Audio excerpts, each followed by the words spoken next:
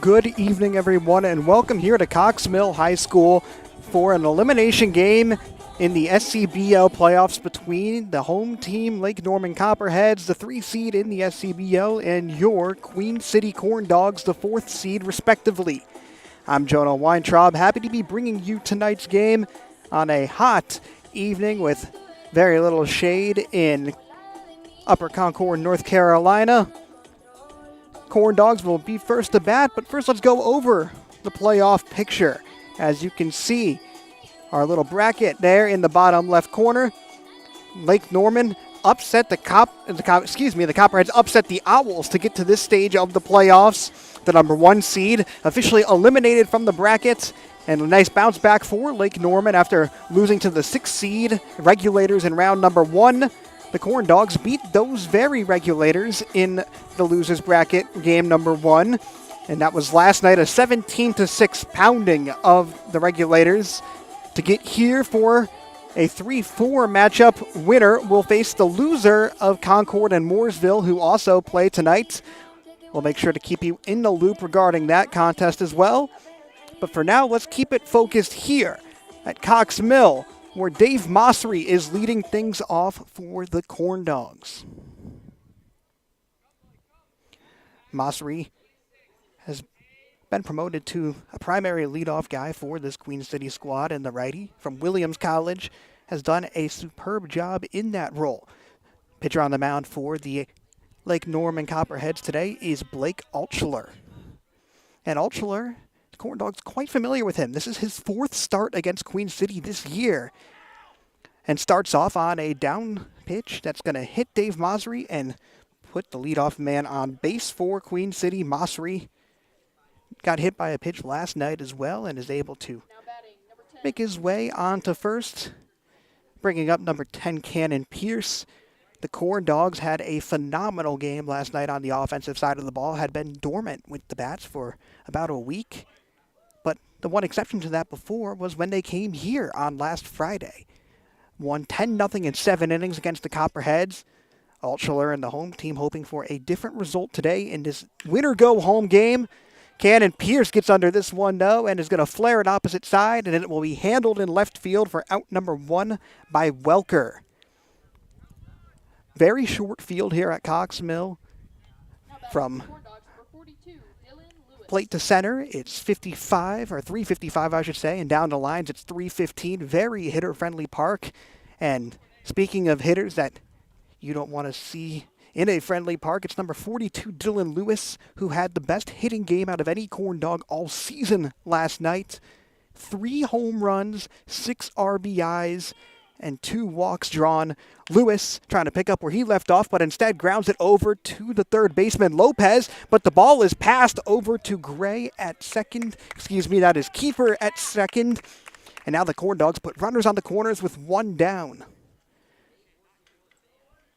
Dylan Lewis gets a single for the first hit of the night for Queen City. And now Harrison Bouthillette, who managed to hit 2 home runs last night and still plays second fiddle to Lewis. 5 home runs from those two combined, the 3-4 man in the order for the Corndogs, hitting their stride right at the perfect time. And Bouthillette working with only 1 down against the big righty Altschuler. Bouthillette not going to see first pitch of this at-bat as Altschuler will take a step off the mound, and Blake, the Brevard College freshman, 6'4", 235, has made 5 starts this season, 6 now, which is still a team high for the Copperheads, rolling with their ace despite having seen the Corndogs a good amount, and in reverse, the Corndogs have seen him a good amount as well. Altschuler has won or been part of the win in 2 out of the 3 games. The last one was that 10-0 victory here a week ago. As the first pitch is going to be hit, Harrison Bouthillette picking up where he left off and getting a home run. 3-run bomb off of Altschuler, and the Corndogs strike first. Harrison Bouthillette is absolutely on fire as Lewis and Mossery tap home, and the Corndogs looking a lot like they did last night. That's Bouthilette's now 8th home run on the season. Just an absurd number for a guy who hasn't even played an inning of college ball yet. simply superb from the lefty. And how will Adam Quintero, number 15, follow that up? Still just one out on the board for the Corndogs to work with as they have assumed this early lead here in the top of the first. Quintero went 1 of 1 with a double last night and makes immediate contact. That's over to Gray at short, and the throw will be there to Brandel at first. So a nice bounce back there from Altschuler, getting the infield ground ball to put away the second Corndog of the inning, which brings up number 12, Wilson Lohr.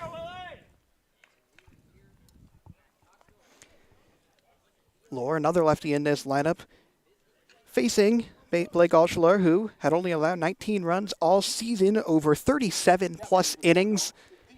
Put up 3 off that absolute bomb from Harrison Bouthillette, and an opposite field foul ball will move the count to 0-1 now on Wilson Lohr. Wilson Lohr had a very good game and might have gone under the radar last night, went 2 of 3 with 2 singles and 2 stolen bases. And makes contact with the ball once again, but just like Quintero will ground out to Gray at first. So that ends the inning and sends us to the bottom of the first. But the Corndogs strike first in a big way. Harrison Bouthillette gets his 3rd home run in 2 nights.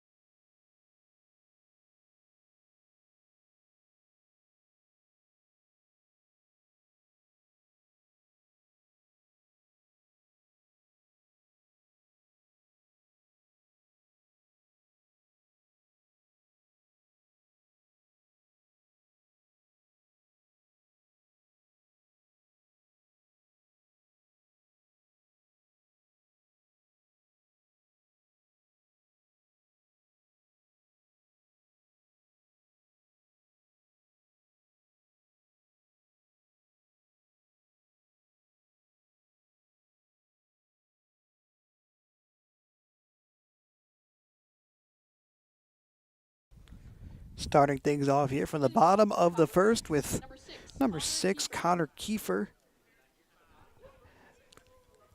Lake Norman already finds himself down 3 after a 3-run home run courtesy of Harrison Bouthillette. And Kiefer, leadoff man for the Copperheads, getting a first pitch ball from Corndog starter Harrison Wilson. Wilson, number 25, one of the Corndogs' more talented throwers of the ball, but is notably on a pitch limit due to the fact that he is both a position player and a pitcher. But that first is going to be lined into left center. Kiefer is going to try to round 2. He'll get there and have a standing double. Nice start to this one for Kiefer and the Copperheads as Harrison Wilson allows a leadoff double, bringing up Will Gray, number 9. Gray, in a game against Statesville yesterday, went 1 of 5 at the plate with 3 strikeouts, but also had a 3-run home run.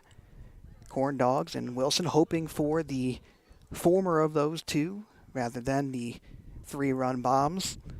And Gray, only batting .219 on the season, does have 5 homers himself, with Kiefer there over on second. And Harrison Wilson going to deal this one in and get a swinging strikeout of Gray. Wilson, who enters tonight with 16 innings of work on the season, boasting top 3 ERA on the roster, 1.69. Kiefer over on second. And a laser is pulled foul by Gray to move the count to 0-2. A close call there from Harrison Wilson on the bump, as the Copperheads, a very dangerous hitting team. Plenty of guys in this lineup can absolutely knock the skin off the ball if asked, Gray being one of them. Down 0-2 in the count, though, is Gray, the Rockwell, North Carolina native, but he'll look that pitch off for ball number 1.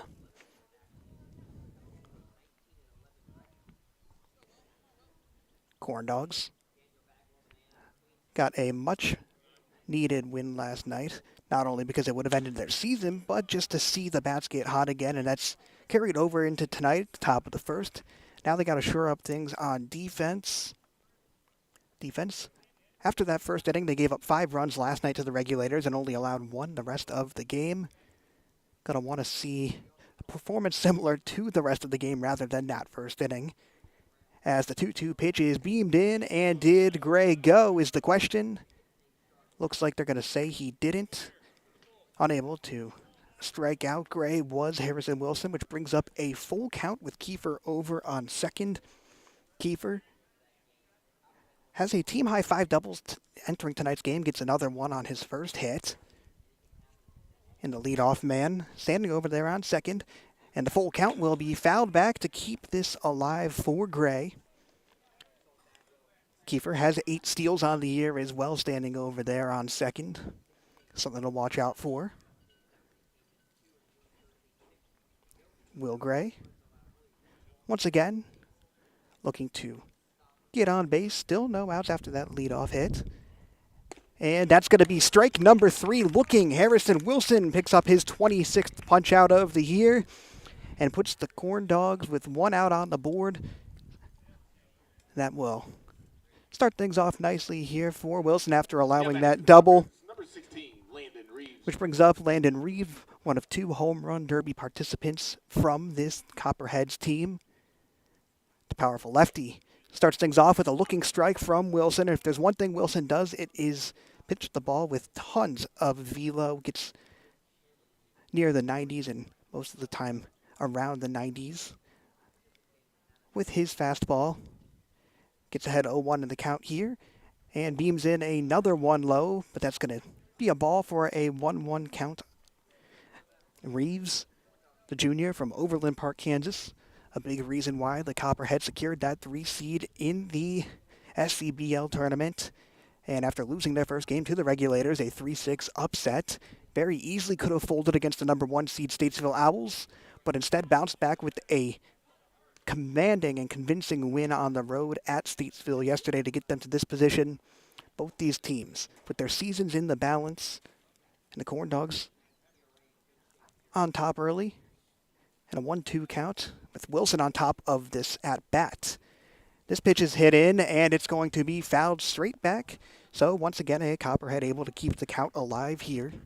And while we have a moment, we can introduce the rest of the Corndogs field. We have Cannon Pierce out in left, Dylan Lewis in center, and Adam Quintero in right field. Then along the infield from left to right, we have Sammy, St. John, Mosry, and Budnick. And then, as usual, Harrison Boothlet behind the dish. As the 1-2 toss is in and low, goes through Boothlet's wickets, and that will allow Kiefer to stroll on over to third. Chance to chip into this lead for Lake Norman early. And the Copperheads, as indicated by that 10-0 score, weren't able to put up a run the last time these two teams faced here. Obviously want revenge, and to keep their season alive.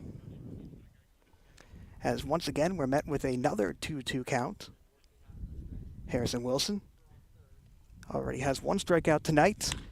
Unable to make it two, though, as that one is popped up into center field. Dylan Lewis going to track it down, and Kiefer is going to go home. Is the throw going to be there, though? It could be close, but it's not close enough, as Kiefer slides on home and gives the Copperheads their first run of the night. Sacrifice fly from Reeves puts Lake Norman on the board here, 3-1 ball game. That sends up number 17, Tyler Zadalis, the other home run derby participant from the Copperheads. Made it all the way to the finals, and when we were covering that, could see his pure power on display. Had the second highest round out of any participant with 11 dingers in the second round. Ultimately lost in a sudden death to the Spinners, Noah Love. But a true power hitter in every sense of the word. But gonna look off that one and take strike one looking. Harrison Wilson, after allowing that double, has one run brought in, trying to minimize the damage here against a very powerful top of the Copperheads order. And the 0-1 toss is going to be outside, bringing up ball number one. When talking about Tyler Zadalis, the freshman from the University of South Carolina, it's impossible to ignore his league-leading 6 home runs during the regular season. Also, with the most RBIs on this Copperhead squad. Though only batting .234, and makes contact with that one, but pops it back for strike number 2. Harrison Wilson now just one strike away from bringing us to the second inning. These Copperhead teams, these two teams, the Copperheads and the Corndogs, played 5 games during the regular season, with Lake Norman winning the series 3-2.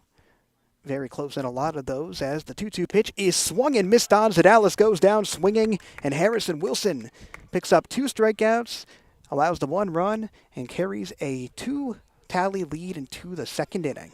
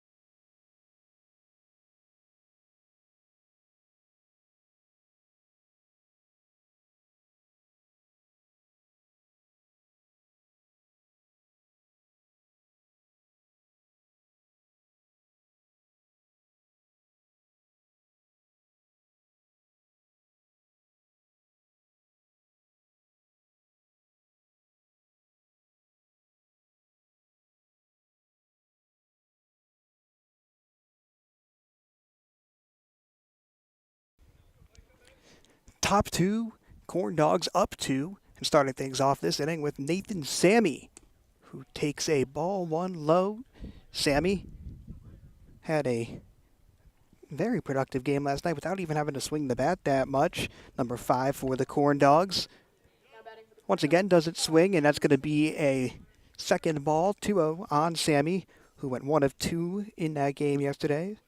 Got walked a pair of times as well. And now is up 3-0 in the count. The Middlebury College product, batting .265 on the season after being into low 200s, high 100s for the early portion of this SCBL campaign. Really turned it around and has become a premier power hitter for the Corndogs with 4 home runs, all in conference play. As a 2-1 count is going to be in once again, 3-1 count. And the scoreboard finally catches up with the commentator, which brings up a full mark on Sammy Altschuler has yet to record a strikeout tonight and isn't going to get one right here as Nathan Sammy lines that one into the left field gap. Leadoff single for Sammy, and the Corndogs record their third hit of the night already. Now batting number 55, Will Budnick. Now comes up Will Budnick, the regular first baseman for the Corndogs. Budnick was one of the few Queen City players to not make too much noise last night, which is startling considering he is fourth in hits and RBIs on the roster. But the lefty starts things off here with a little flare into the infield, and that will be the first out of this inning. Caught by Kiefer over at second base, and one down for Altschuler and the Copperheads. 13, Luke Harris. Altschuler has the team high in innings on the year with those 37. Has allowed 36 hits in those innings. With a 4.5 ERA, leads the team in strikeouts and walks as well. Just a very frequent player as Luke Harris is going to line that one into the outfield. Sammy falls down midway to second base, is fortunate to get there back in time, and a single from Luke Harris puts his infielder on base and puts two on with only one out for Miller St. John, the bottom of the order for the Corndogs. Threatening already here in the top of the second, and though Altschuler has been one of the most prolific pitchers in the SCBL, you wonder what effect it has seeing a team this many times when they know what your stuff looks like at the plate. So far, the Corndogs have looked very comfortable, and Miller St. John is going to start things off with a looking strike. Sammy over on second after the little tumble midway there. Luke Harris on first. And Sammy has some stolen bases on the year, fourth on the Corndogs with 9 of them, as Miller St. John bloops this one into the outfield and will load the bases with only one out, and the top of the order coming back up for Queen City. Miller St. John coming off a 2 of 3 performance, keeping his bat hot, and once again placing that one perfectly in the outfield for another base hit for the Corndogs. And Dave Mossery, who was hit by the first pitch not the first pitch, but in the first at-bat of the game, getting another chance here to drive in a run or two with the bat. Only one down, and a low ball inside. It's going to go through the runner's legs, and Nathan Sammy frustrated over there. It took a while for Mason Utek behind the dish to find that one. Don't think Sammy thought it would take that long, and better safe than sorry in a do-or-die game. Though, likely could have been a run. Still, though, 1-0 with only one out and the bases loaded. Very much so in the Corndogs' favor right now. The leadoff man, Mosry, is going to hit this one straight up and back towards the press box here at Cox Mills, and it's actually bouncing right towards me. Not going to make the play, though. Jonah Weintraub sticks to the mic. And we'll stick to this game with a 1-1 toss on the way from Altschuler, who is being tested now by the Corndogs early in this one. And a infield hit. The scoop up is there, and the out is at second. But one run is going to come home. Nathan Sammy will give the Corndogs back their 3-run lead. And people think that he caught that ball, but it bounced before it went into the hands of Will Gray.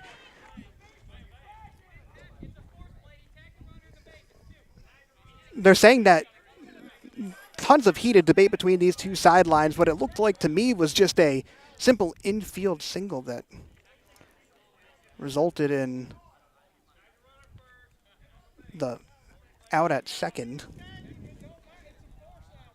For the time being, we're going to say it's a 4-1 lead, but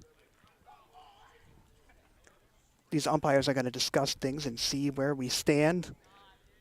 Could be a huge break for the Copperheads, who find themselves with those bases loaded and only one out.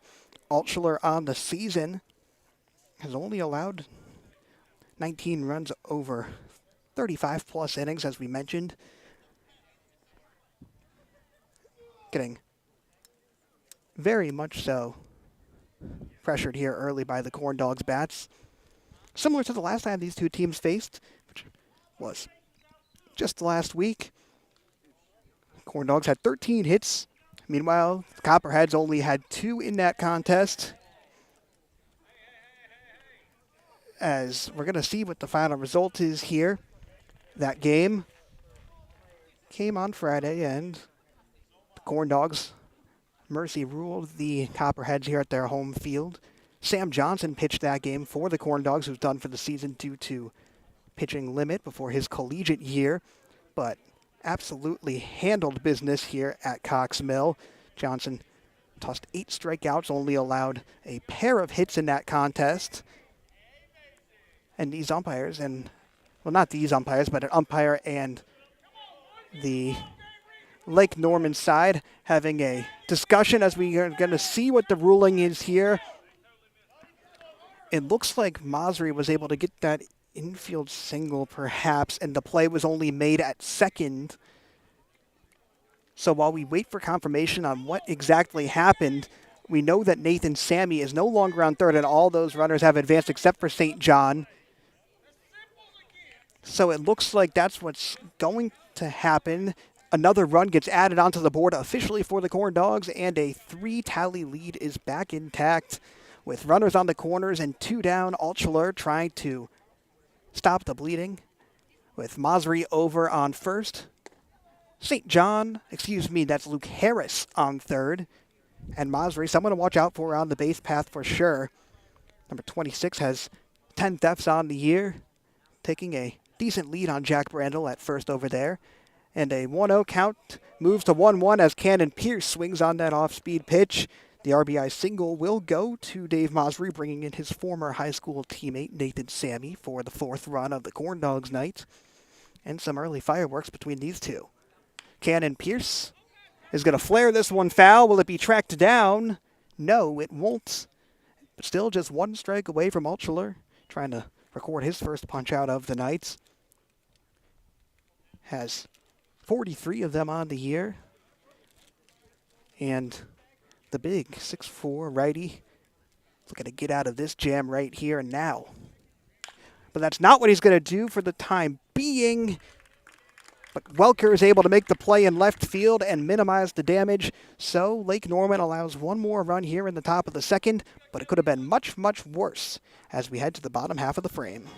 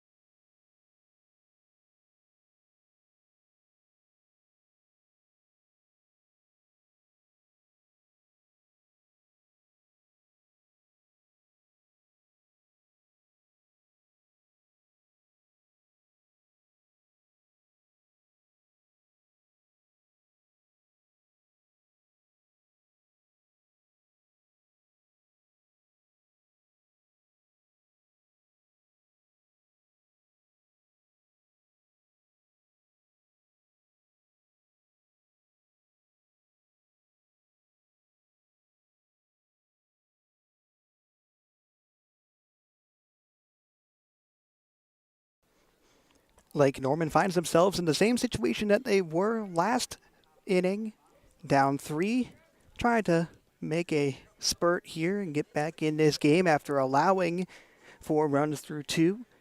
Harrison Wilson trying to make sure that doesn't happen as Spencer Nolan leading things off in this inning with a looking strike from Harrison Wilson. Nolan, the 6'5", 190-pounder, lanky 49er from UNC Charlotte, making his 18th appearance of the season.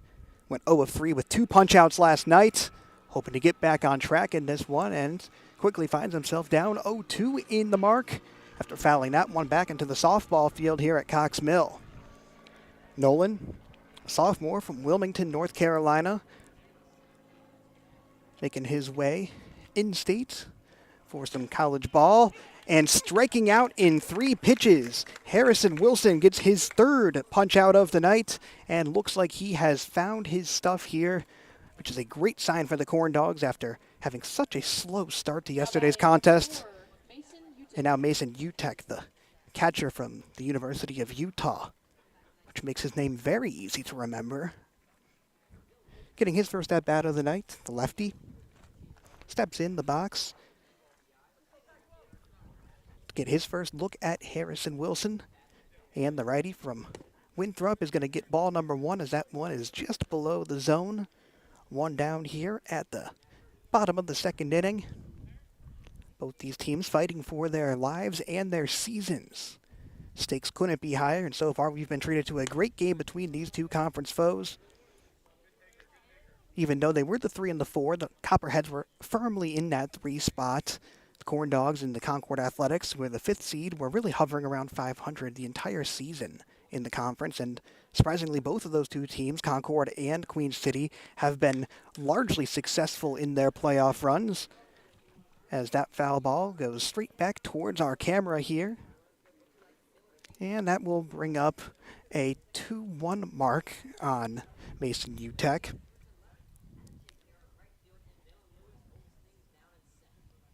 Utek, sporting number 3 tonight for this Copperhead squad, is now making his 16th appearance of the season.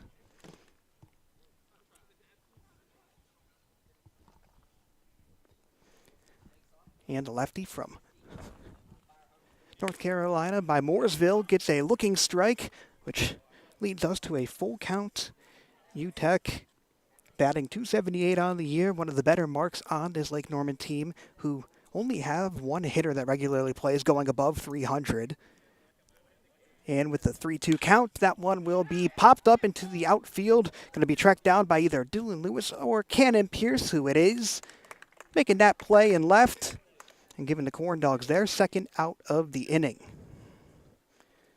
After the flyout, the Copperheads will bring up number 40, Jack Brandel. So now comes up number 40, Jack Brandel, the big first baseman from Pfeiffer University, batting .212 through 15 games on the year. Coming off a 2 of 3 performance, though, where he hit a clutch 2 RBI single in that Statesville game to help extend their lead and ultimately win that game. Anything can happen in the playoffs, as we've seen.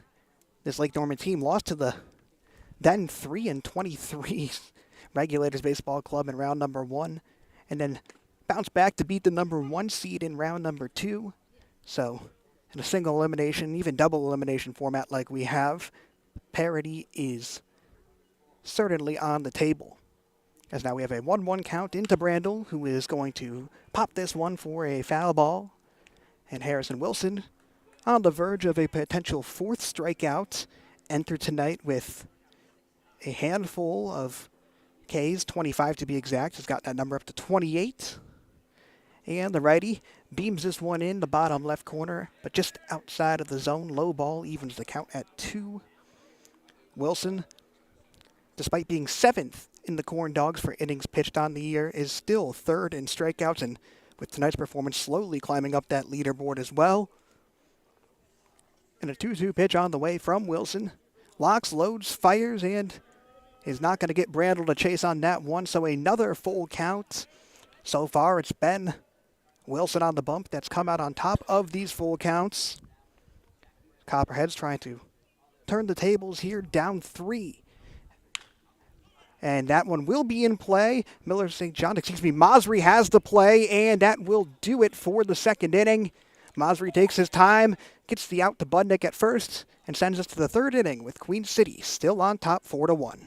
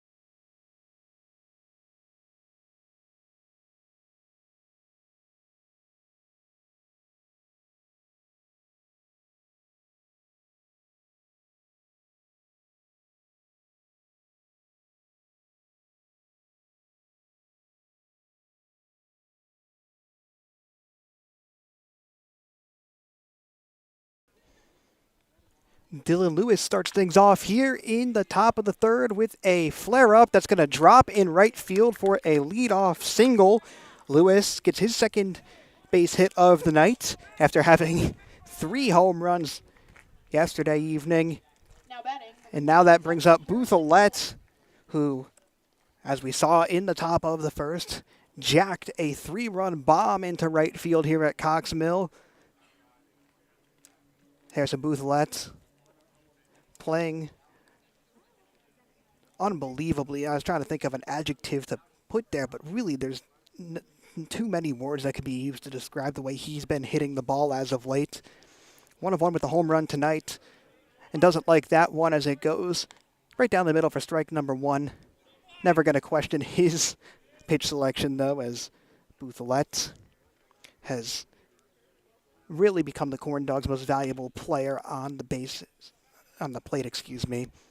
Batting .347 on the year with 34 knocks and 36 RBIs, all top 3 on the team. Second best average in the most hits and RBIs. Not to mention he's just casually leading the conference in runs batted in as well. Only had 2 runs batted in last night despite having 2 home runs, as he was cleaning up for Dylan Lewis, who decided to put all the runners on base at home himself. And Booth-Olette, is that another one? No way! Harrison Booth-Olette goes 2 of 2 with 2 home runs and now has 4 dingers in the past 2 games.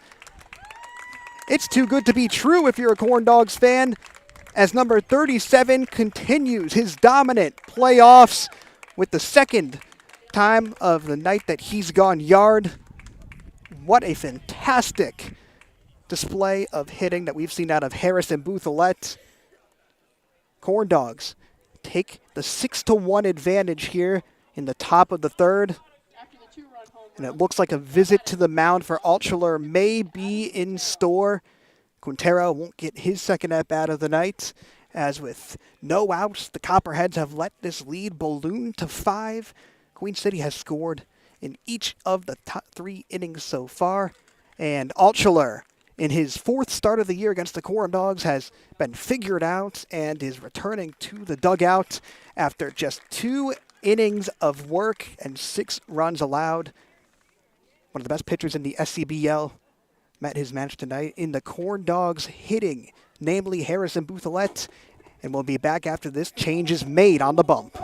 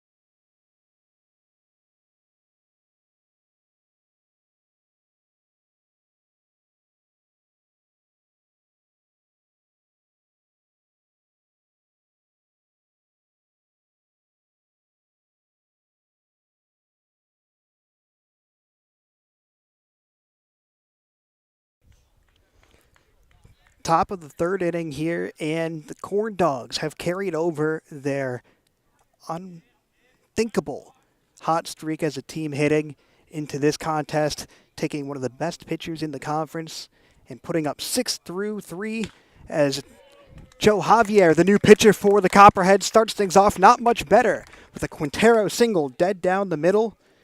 And still no outs on the board for the Copperheads as this game only in the top of the third and starting to feel very, very long for the home squad.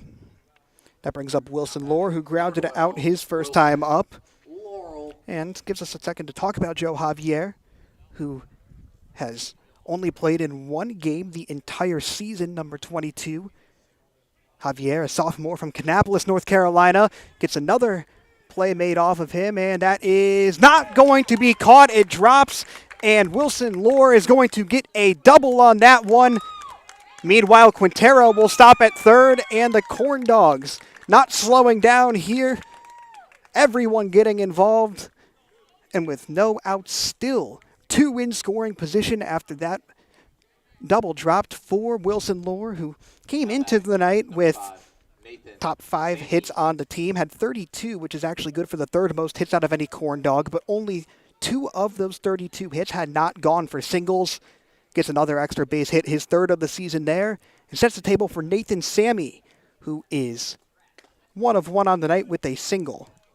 Take strike 1 looking from Javier, though, who is only pitching his first inning of the season technically, has 2/3 of an inning under his belt so far.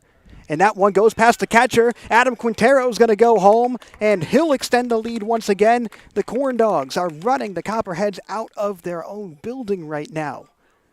Not looking anything like the team we saw in the past week, as Queen City up 7-1 here in the top of the third. Still no outs on the board for Javier, being inserted into a unspeakably difficult situation. Meanwhile, Wilson Lohr over there on third, with Nathan Sammy facing a 1-1 toss on the way. Javier, 5'11", 165-pounder from Pfeiffer, trying to get anything to go here for the Copperheads in search of their first out of the inning. And getting close to 1 here as it's a 1-2 count on Sammy after that foul ball. In that, .2 innings on the year, Javier allowed 4 earned runs on 3 hits. And we'll see if he finds more success here tonight. Unable to get that punch out, though. Sammy swung on it, but grazed the baseball and fouls it back towards the stop. Bringing up a 1-2 toss again. Javier trying to work back and give the Copperheads any sort of momentum here, as the 1-2 pitch is in and low for an even 2-2 count on the way. Wilson Lohr still on third, and Sammy, who's 1 of 1 on the night, trying to make it 2 for 2. The Charlotte native has 10 RBIs on the season, trying to make it 11, but fouls this one back for yet again another 2-2 pitch. There's been 2 strikes on that scoreboard for Sammy quite a bit in this at-bat, but absolutely battling right now to stay alive. And once again, a 2-2 toss on the way. Javier fires this one in, and another foul ball from Sammy, who is making sure he milks this at-bat for everything it is and can be. Number 5 for the Corndogs. Went 1 of 2 last night with a single and a stolen base versus the Regulators. Didn't play against Concord the last time these 2 teams faced off. And Sammy, with Lohr on third, no outs, 2-2 count still, is going to hit this one into the left center gap. It will be tracked down by Welker, but not before Wilson Lohr scurries across home and gives the Corndogs another run. 8-1. Very hard to believe here in a contest between a Lake Norman squad that has been clearly in the top 3 of the standings the entire season. And now Sammy gets the sacrifice fly, bringing up Will Budnick, who grounded out his first time up. Budnick, the lefty, finds himself in the bottom portion of the order, trying to get his swing back after going 0 of 4 last night. And the last time these two teams played, he had one of his best games of the season and makes contact there, but fouls at opposite side for a strike one. 1-1 toss on the way from Javier. Budnick went 2 of 3 last Friday from right here at Cox Mill. And in that performance, he was able to put up a home run. Could this be another? No, it's going to stay foul and be handled by the right fielder, Reeves. So good contact made by Budnick, but unable to put that one in play. And with 2 outs now, the Copperheads can take a bit of a deep breath, still find themselves down 7. And Luke Harris, who had a single his first time up, Luke Harris. looking to extend this inning for the Dogs. Harris went 1 of 2 with an RBI single last night. And the righty from Edgemore, South Carolina, playing as one of the extra hitters tonight for the Corndogs. Working with a 1-0 count and no on, Javier deals this one outside to elevate the count to 2-0. And Javier, the righty sophomore,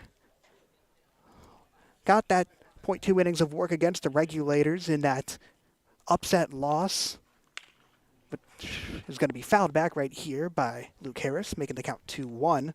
But in that upset loss, he allowed 4 earned runs on 3 hits, had 1 punch out, and walked 3. So very interesting decision to bring in Javier, given that he has a lack of experience in SCBL play. But the Corndogs haven't seen him, and maybe that's exactly what the Copperheads need as they get a fly ball that is going to go into foul territory. And Brandel is... They're saying he didn't make the catch or that he made it with perhaps assistance from the foul netting. From this vantage point, it looked like it very well could have been a clean catch. But instead, they're going to rule that out of play. Brandel with a noble effort to get the final out of this inning. But instead, we have a 2-2 count on Harris. And Javier has the ball in his court now to finish the job. Luke Harris has 13 hits on the season, batting .224. Got his 14th tonight. And is this going to be 15? Yes, it will! Luke Harris able to take that second chance and run with it as the Limestone product gets his second base hit of the night, bringing up Miller St. John and the bottom of the order. Once again, St. John got a single himself and has Harris over on first. St. John went 2 of 3 with a double and a single last night. And starts things off in this at-bat with a low ball 1 from Javier. Queen City has silenced the home crowd, going out to an 8-1 advantage here at Cox Mill. And that one is going to be flared up towards Brandel. He's going to get under it and make the play. So, after allowing 4 runs in the inning, the Copperheads finally get to the bottom of the 3rd. But Queen City on top by 7.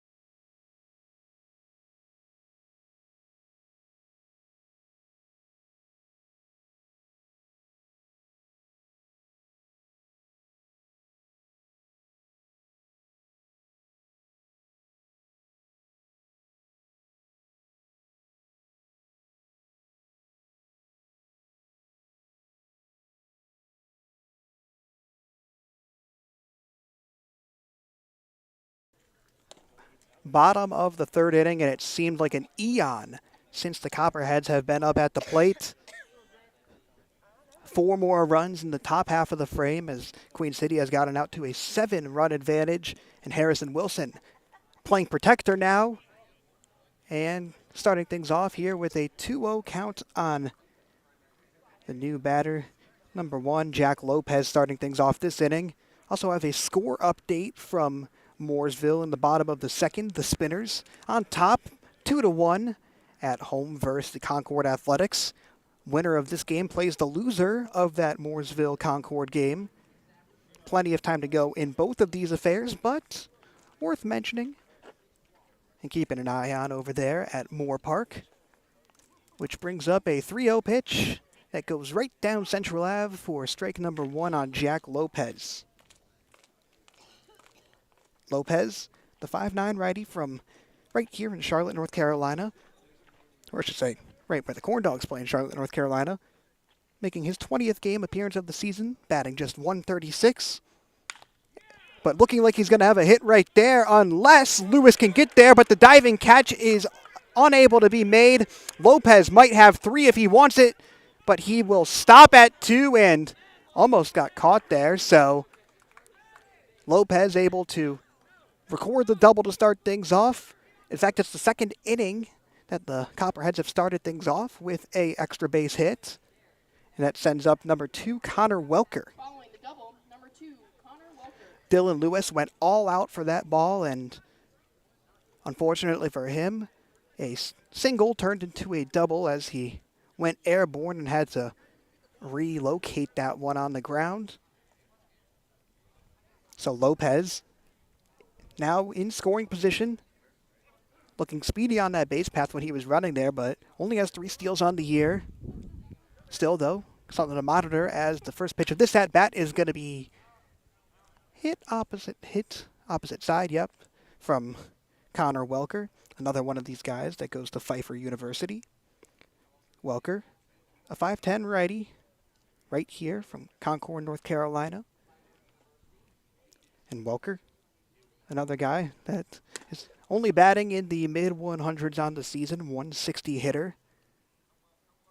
Though, the freshman is also a very dangerous base runner, so Harrison Wilson doesn't want to put him on the base path.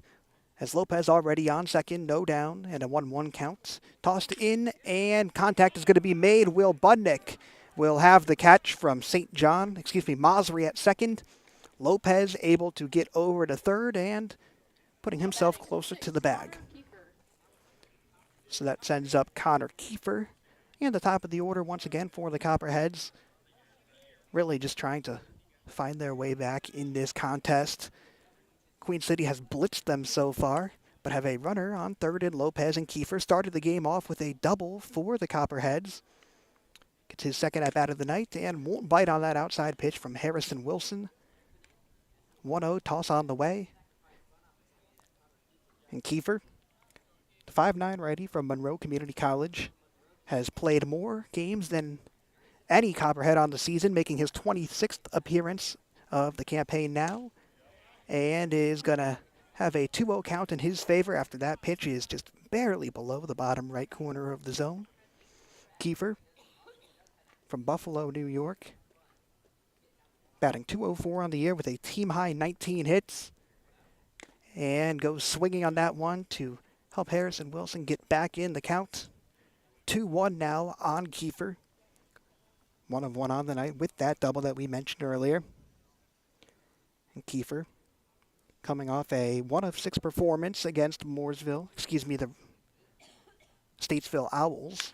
And chops this one into the infield. The throw is going to go to first. The Corndogs bite that run. Not too devastating as it's only a 6-run lead now rather than 7. But they get that second out on the fielder's choice RBI from Connor Kiefer. Number 9, Will Gray. Sending up Will Gray, number 9. Gray, we mentioned at the top of the broadcast that he had a 3-run home run in yesterday's win over the Owls, ultimately serving as probably the biggest boost in that game offensively, but starts things off here with a ball outside that is passed on by Harrison Bouthillette. Won't matter, though, as the bases are clear after Lopez was able to scurry on home. And Harrison Wilson behind the count early in his at-bat on Will Gray. Gray, a 6-footer from Rockville, North Carolina, trying to help his Copperheads creep back in this one. Or should I say slither back in this one. As a 1-1 pitch now from Harrison Wilson is upcoming. Gray hit a home run against the Corndogs here earlier in a doubleheader that Lake Norman swept and gets way under this one. Is Budnick going to be able to get there, though, is the question. And he does. So Queen City gets the third out of the inning, allows 1 run, but will still take a 6-run lead into the 4th inning.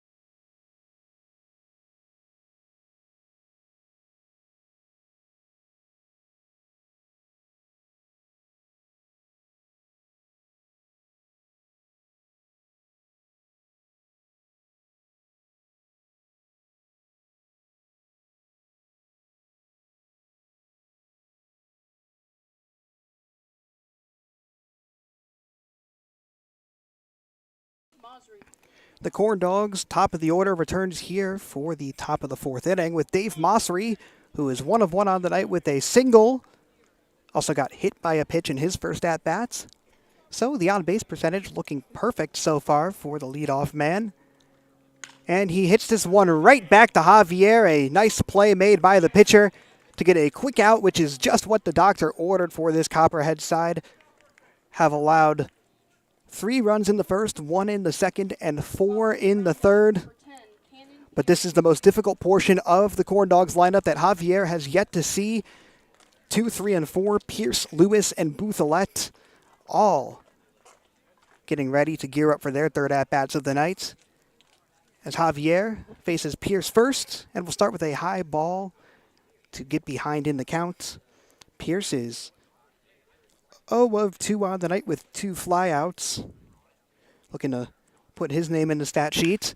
And is he going to be able to do so? No. A ground out right to Kiefer at second.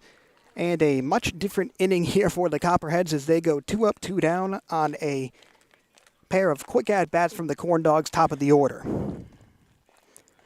But this is where things have gotten ugly for Lake Norman. Dylan Lewis, 2 of 2 with 2 singles. And the man of the hour, Harrison Bouthillette, on deck. Javier deals this one in for strike number 1. Javier already has more innings pitched tonight than he did the entire season leading into this one. And gets quickly ahead of Lewis, 0-2 on the swing and miss. And Javier looking like he could be a potential solution here based on the way that he's been pitching so far this frame. 0-2 toss on the way. And it is hit opposite field. Is that going to go? Bye-bye baseball. Dylan Lewis records his 4th home run in the past 2 games and continues his dominant streak, putting the Corndogs on top 7 here at Cox Mill versus the Copperheads. Dylan Lewis was down 0-2 in the count, and it finally looked like the Copperheads had caught a break, but instead Dylan Lewis caught that pitch hanging and blasted it over the right field wall for his 6th home run of the SCBL campaign. And now that brings up Harrison Bouthillette, who is only 2 of 2 on the night with 2 home runs, nothing major. Looking to follow that up. And we'll look off that outside pitch for ball number 1. The Copperheads finally seemed to have a quick inning in store, and next thing you know, Dylan Lewis flips that on its head. As another low pitch from Javier brings up a 2-0 count on Bouthillette. This duo of Lewis and Bouthillette looking like the 2 best players in the entire conference here during this playoff push, and has completely changed the course of the Corndogs season so far.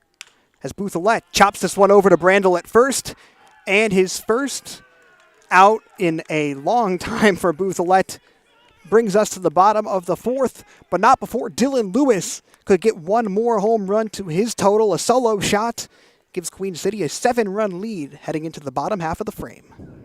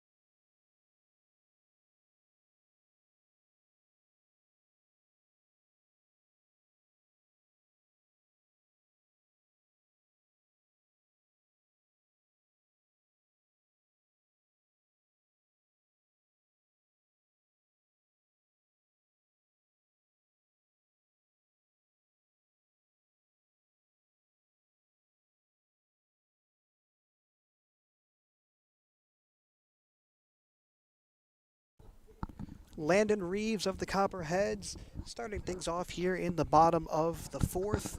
His team down at home, 9-2, and that one is popped straight up. Is it going to be in play is the question, and the answer is no.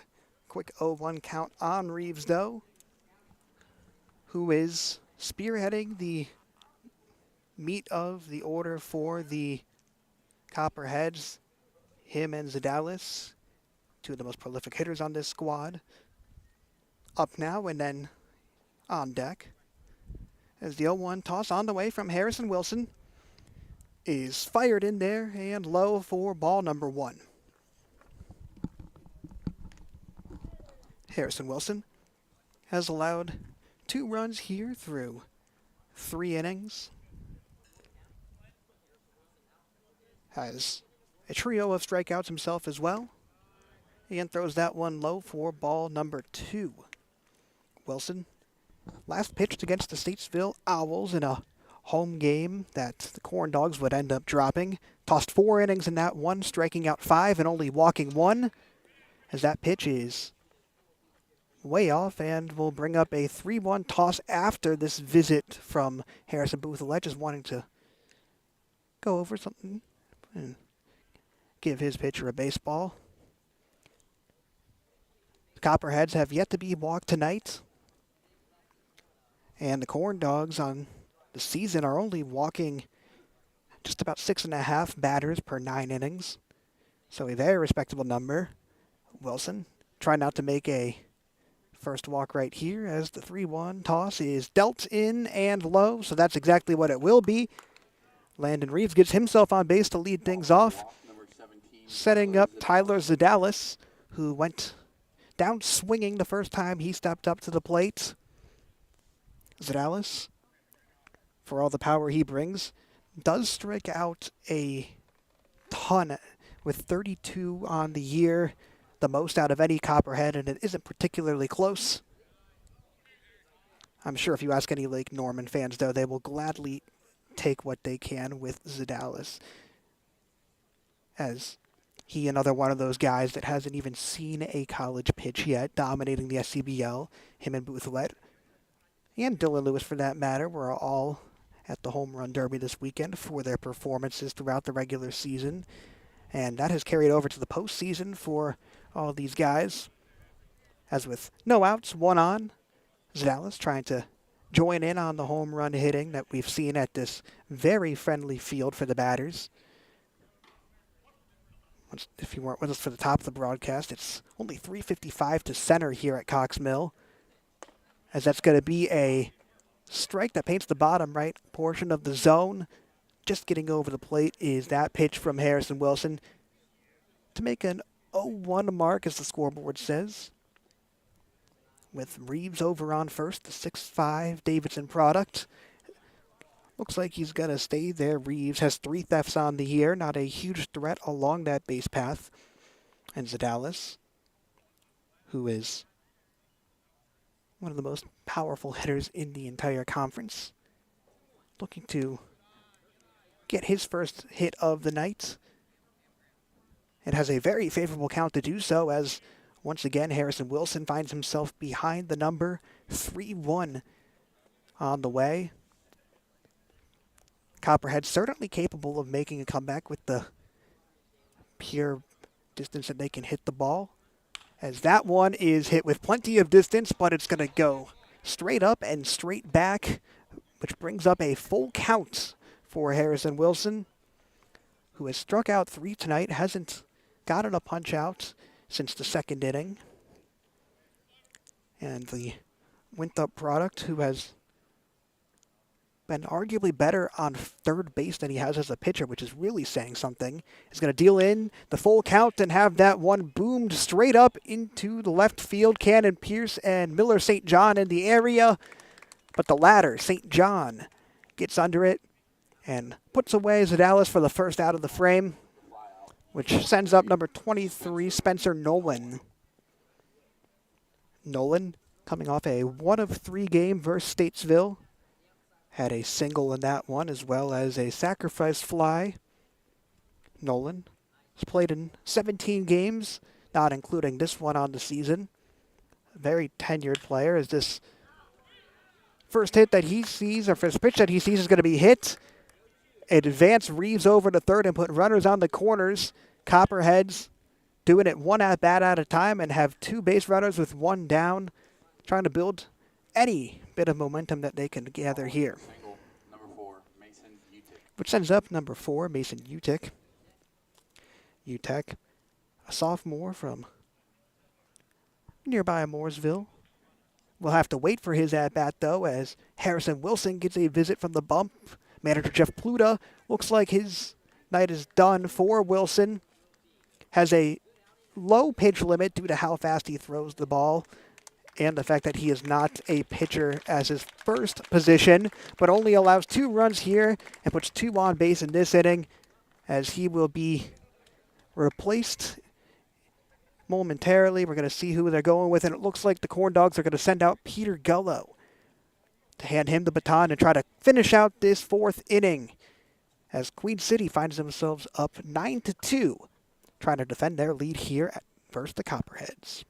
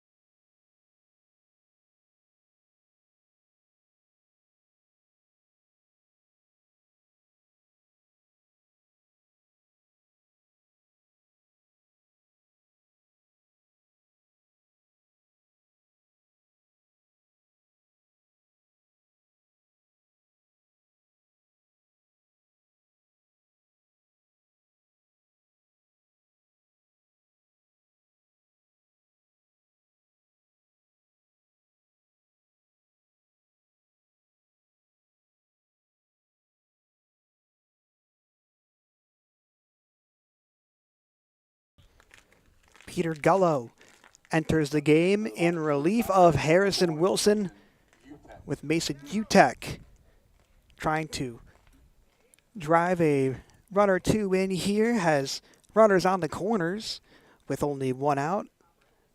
Harrison Wilson ends his night after 3 innings and change. And Gullo starts off this at-bat with a strike right down Main Street. Looking good is Gullo, who has really improved throughout the season here with the Corndogs. His most recent outing, arguably his best, just 1 inning versus Concord last week, but he allowed no hits in that inning and struck out 1, made quick work of the Athletics and looking to get out of a jam here, but that's going to be an outside ball to even out the count at 1. Gullo has 9 1/3 of an inning on the season, so far from inexperienced is the Charlottean. Has 8 strikeouts, 8 walks, and now takes over with 2 on and 1 out as the throw is not going to be made. Number 23, Spencer Nolan, gets his 6th steal of the season. Good call from Booth not to toss that one, as it likely would have brought Reeves on home. The downside of that, though, for the Corndogs is now there are 2 in scoring position for UTEC, who is in a 2-1 mark. Copperheads putting together their best inning that we've seen so far, as UTEC is going to hit that one over the head of Dave Masri and drive home both Nolan and Reeves. Get runs on the board for Lake Norman, as this game is now only a 5-run lead for the Corndogs. A 2 RBI single courtesy of Mason Utek. His 8th and 9th runs batted in on the season. And the Utah Ute, named Utek. I'm going to keep on mentioning that as much as I want. I love that. Makes my job as a commentator so easy. So far this inning, things are looking pretty easy for the Copperheads. The Snakes are 2 runs on the board so far in the frame with only 1 out and a runner on first. 1-0 count now on Brandel, who sees this one and grounds it over towards Dave Masri. The flip is there, and Budnick will handle that one. A nice play made by Masri. Had to cover a good amount of ground to scoop that one up. But the Charlotte native handles it with grace and puts 2 outs on the board. Utag, meanwhile, makes his way over to second. And that sends up number 1, Jack Lopez, who had a double in his last at-bat. Popped one into center field, and Dylan Lewis went for the diving catch. That ended up backfiring as Lopez was able to make his way to second base. And now with 2 outs, trying to continue clawing at this deficit. And starts things off with a foul ball, 0-1 toss on the way from Gullo, who has a 6.75 ERA, though ERA doesn't really matter too much when you've pitched as few innings as Gullo. But the 6'2 Anderson product certainly has seen plenty of action this year.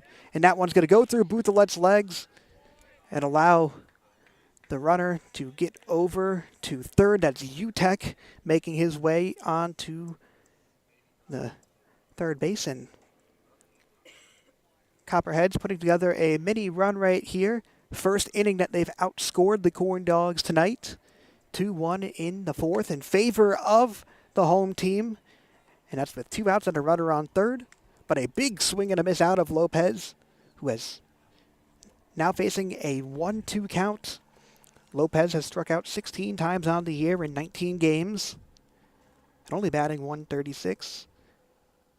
Has looked much better than that tonight with a double in his 1 at-bat. And on a 1-2 pitch, it's going to go behind Bouthellet, and another run will come in.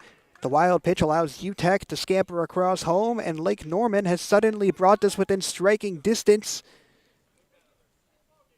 5-9 in favor of Queen City. Still cushion for the away team, but you're given a very hot and streaky hitting team in the Copperheads a lot of momentum here in this inning. 3-run frame to bring the deficit back within a manageable margin.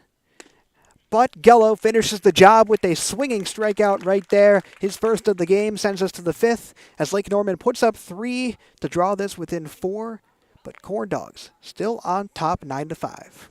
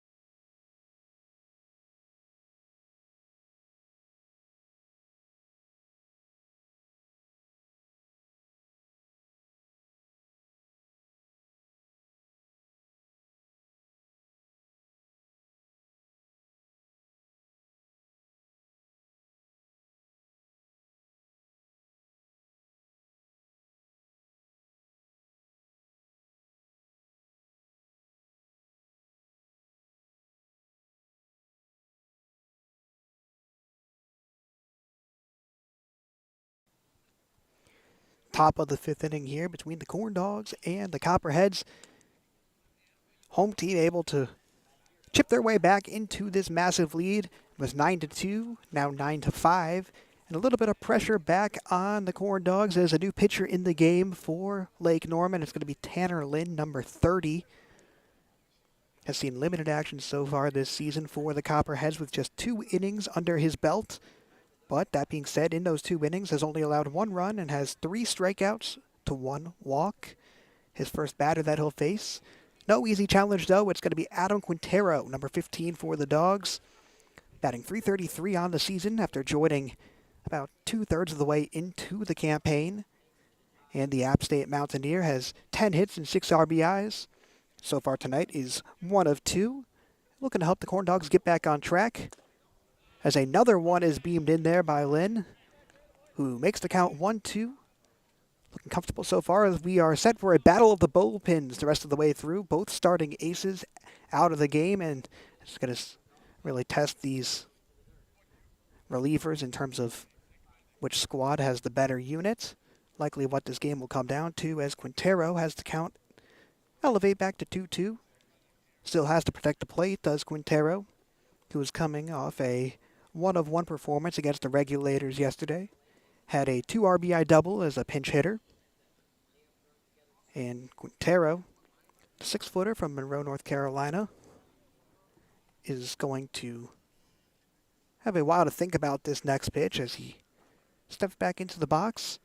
And one of the benefits of having relievers that haven't had that much work so far on the season is fresh arms and lack of scouting. Lynn, 5'11", 195-pound senior, is able to throw this one low, but not get Quintero to bite. So now a full count on the way from Tanner Lynn versus Adam Quintero. We'll see who comes out on top here. And we'll have to wait one more pitch at the least to see who that victor is. Both these teams trying to set the tone here in the fifth. So far, the Corndogs have been in control, but Copperheads as close as it's been since the first inning. As this pitch is going to be low and bring up a full count. It was actually 2-1, so pardon me on that. And a pivotal moment for Lynn being inserted into this game as Quintero hits that one right down the line, and it's going to stay foul. Quintero rounding for 2. Is he going to try to go from 3? No, he won't, but Quintero records his second double in the past 2 games and gives the Corndogs a leadoff base runner in scoring position, which sends up Wilson Lohr, who is 1 of 2 on the night with a single. Lohr, not an easier batter to face for Lynn, as the Charlottean, who attends Southern Wesleyan after 2 years at Southeastern Community College, is the best hitter on the Corndogs in terms of average and on-base percentage. The lefty, coming off a 2 of 3 performance, starts off this at-bat with a ball 1 that's just a low. Lohr not only has that best average and on-base percentage on the Corndogs, but the best average in the SCBL as a whole. Batting over 400 in conference play is Lohr, just a really remarkable feat that he's accomplished this year. And the 6'3 lefty trying to add another one to his resume, but unable to do so here. Lohr also looking to possibly drive in a run. Since he's led off for so much of the season, only has 5 RBIs, despite having 32 hits. And those 32 hits good for 3rd on the Corndogs. Meanwhile, Lynn, facing a 2-1 count, deals this one in and just outside of the zone. So 3-1 now after that close call at the plate. Still no outs after the Quintero at-bat. Lasted a while as that leadoff hit. Puts him on second base. And Lohr is going to go swinging on that one. So another full count on the way from Lynn. Trying to get the job done this time around. Lynn, who's a senior at Lipscomb University, has only played in 1 game this season. Those 2 innings that we mentioned came back-to-back. And he'll take a second to recalibrate before he tosses in this big pitch.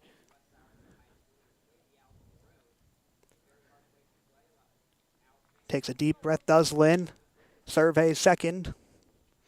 Locks, loads, fires, and that's going to be low once again. So back-to-back walks, his 2nd and 3rd on the season.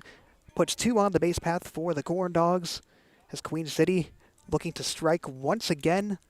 The Copperheads finally look to have some offensive momentum there in the bottom of the 4th.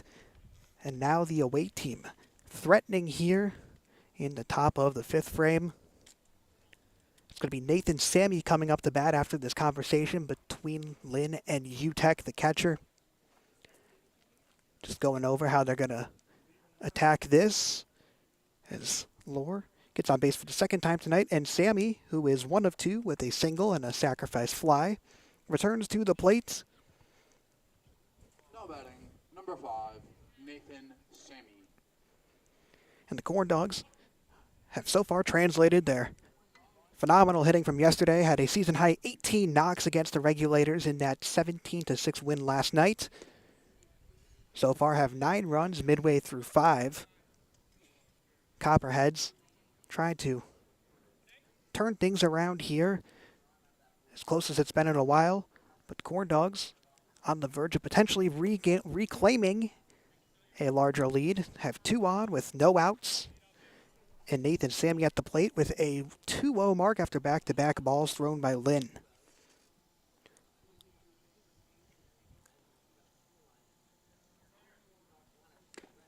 Gets a swing and a miss out of Sammy there, though, as the Concord native climbs back into the count.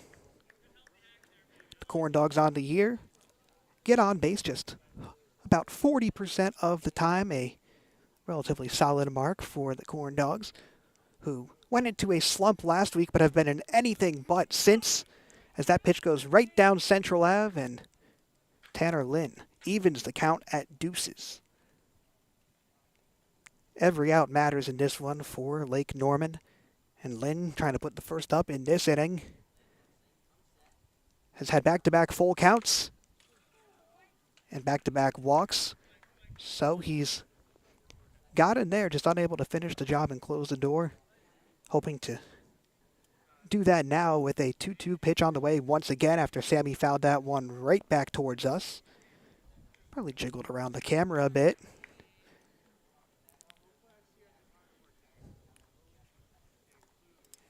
Umpire fixing up his home plate, making sure that home plate is not a house plate. He's got to make that house a home. As 2-2 count still for Sammy. Trying to continue this Corndogs hitting streak. As that's going to be ruled a ball just low of the strike zone. Lynn's had a couple of tough breaks on that one. Multiple pitches that could very well be called strikes on any given night. Fortunate break for Sammy. And that brings up the third consecutive full count for Lynn. Has walked the last two. And this one is going to be hit into center field. And it's going to be caught by number 6, Kiefer. So the first out comes on a full count that is blooped up into center. And Lynn able to put one out on the board with number 55, Will Budnick, stepping up to the plate. 2 runners on still, 1 down. Now batting number 55, Will Budnick. Budnick, 0 of 2 on the night. 0 for his last 6. Has hit a little cold spell after having a phenomenal game here last Friday, trying to recapture some of that magic that he put up in that 10-0 7-inning win against the Copperheads. But maybe tried a little too hard there. Starting off with a swinging miss. Lynn hoping to get out of this mini jam. No reason to panic yet, as only 1 in scoring position for the Dogs. And if he can get out of this inning with no runs seated, that would be a major momentum boost for the home squad. As another swing and a miss out of Booth-Alette, grazed back by number 55, who is both 4th on the Corndogs in hits and RBIs. Went 2 of 3 here last time with a 2-run home run and an RBI single. Finds himself down 0-2 in the count here. Has to protect the plate now. And does that by just an inch as Budnick fouls that one back, barely getting the ball there. But for the time being, the Queen's University Royal is alive and well at the plate, having a conversation with first base coach and team owner Eddie Hull after assistant coach Micah Flito was forced to return back to the Northeast due to medical issues, which we're wishing him the best with. Nothing serious, of course. Eddie Hull, team owner, had to step in and revive his coaching career for a little bit here. Going to be the head coach at Charlotte Catholic High School next year, a prestigious baseball program in its own right, as Lynn gets the strikeout swinging on Budnick and puts back-to-back outs on the board after walking 2. A nice little bounce back here from Lynn, as this game has gone eerily quiet given the theatrics that we saw through the first 4 innings. Luke Harris is 2 of 2 on the night with 2 singles. Looking to continue that and keep this inning going for the Dogs. And we'll look off that pitch low for ball number 1. Quintero started things off with a double that got him over to second. A walk. And then the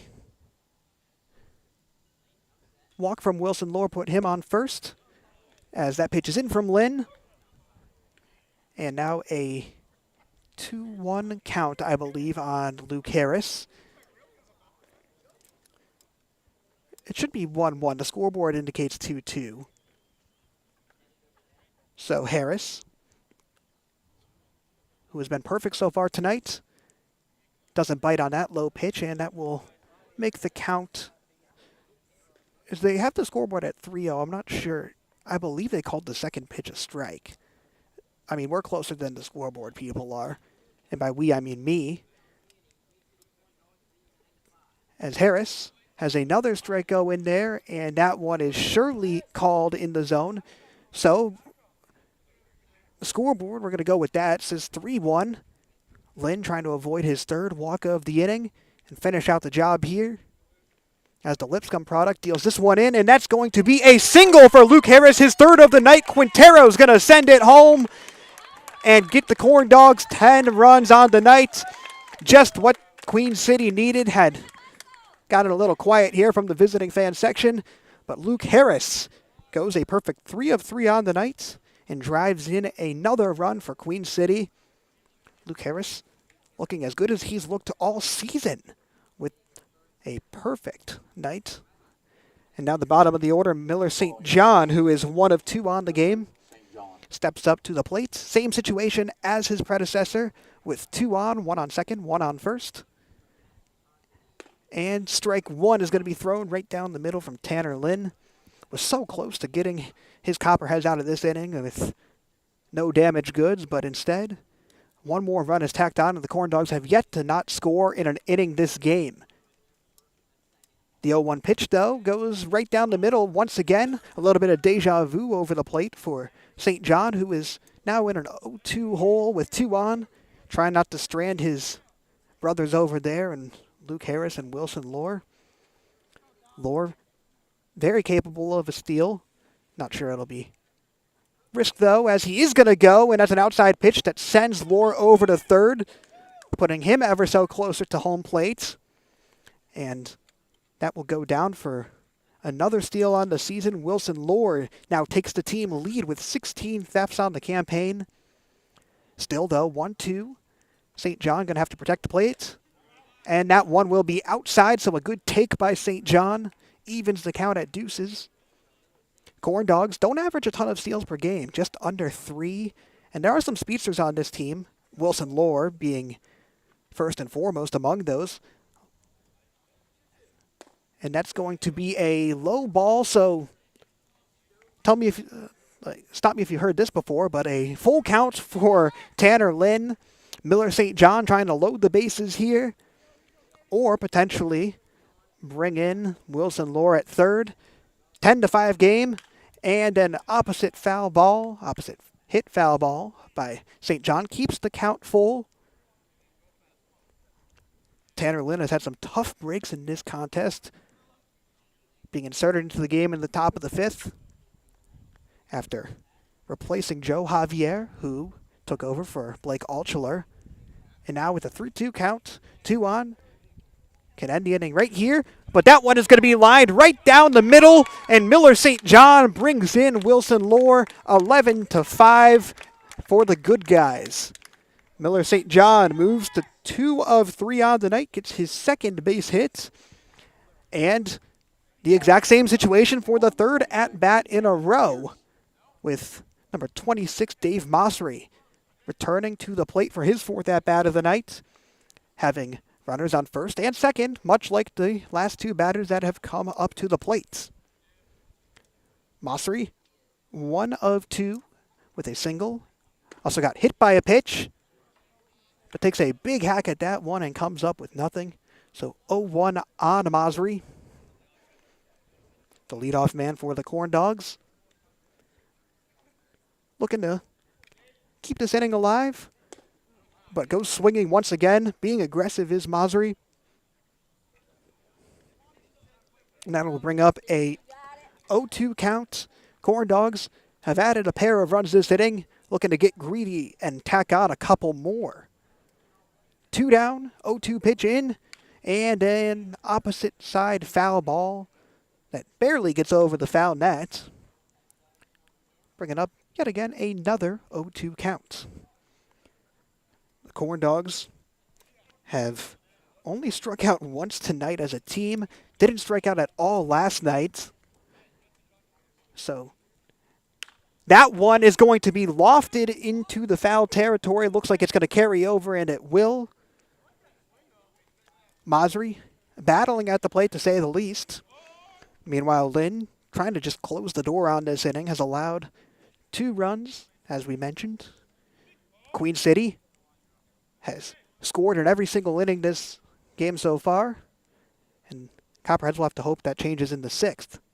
But another pitch that pelts Mossery, bailed out of the 0-2 count, And the leadoff man for the Corndogs takes his second base of the night after being hit by a pitch. And that sends up Cannon Pierce, who is due for a moment in this contest. Pierce, one of the most prolific hitters on the squad, batting .347 on the year with the second most hits on the team.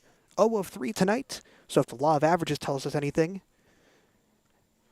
we should possibly expect something a little bit at the plate from Pierce, but that will have to wait as a meeting is in store from the Copperheads on the bump with the bases loaded and 2 down here in a 11-5 lead for the Corndogs.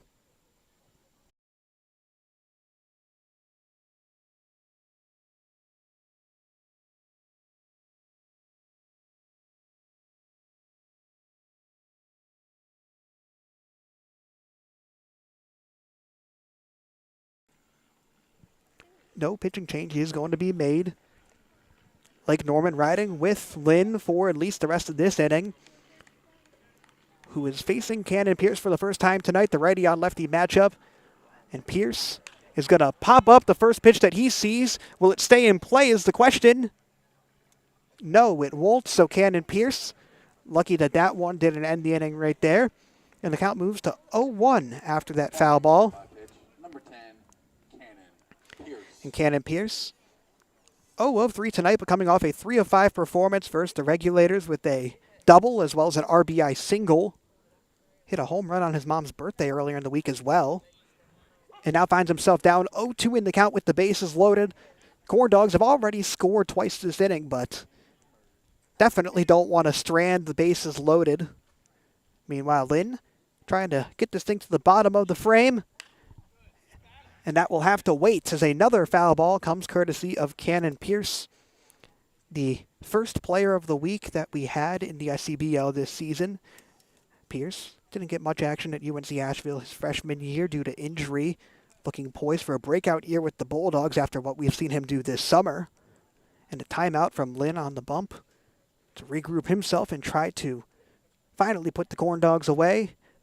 Bases loaded, 0-2 toss is in, and it's going to be grounded to the shortstop. The flip to second is there. Foot barely on the bag from Kiefer on the toss from Gray, but it gets the job done. And Queen City leaves the bases loaded, but still puts up 2 more runs in the frame to take an 11-5 lead into the bottom of the 5th.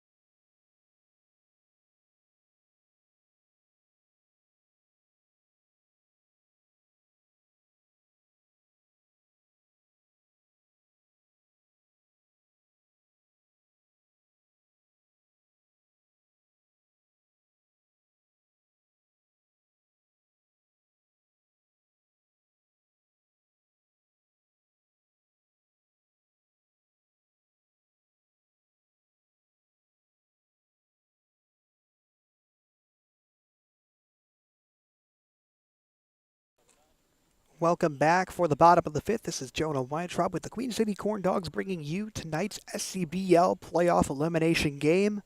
So far, it's been mostly Queen City 6-run lead here in the bottom of the 5th. Copperheads trying to make a push. And they'll start that off, or attempt to start it off, with number 2, Connor Welker at the plate.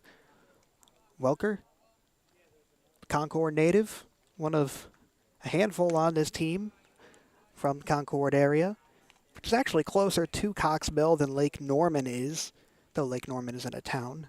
It's just a region still, though. Concord A's already had their name taken, so we'll let the Copperheads live, excuse me. Quick 2-0 mark on Welker, who is batting 160 on the season. Went 0-2 with 2 strikeouts the last time these teams met. And looks at that one go right down Main Street for strike number 1. Peter Gullo returning for the 5th inning.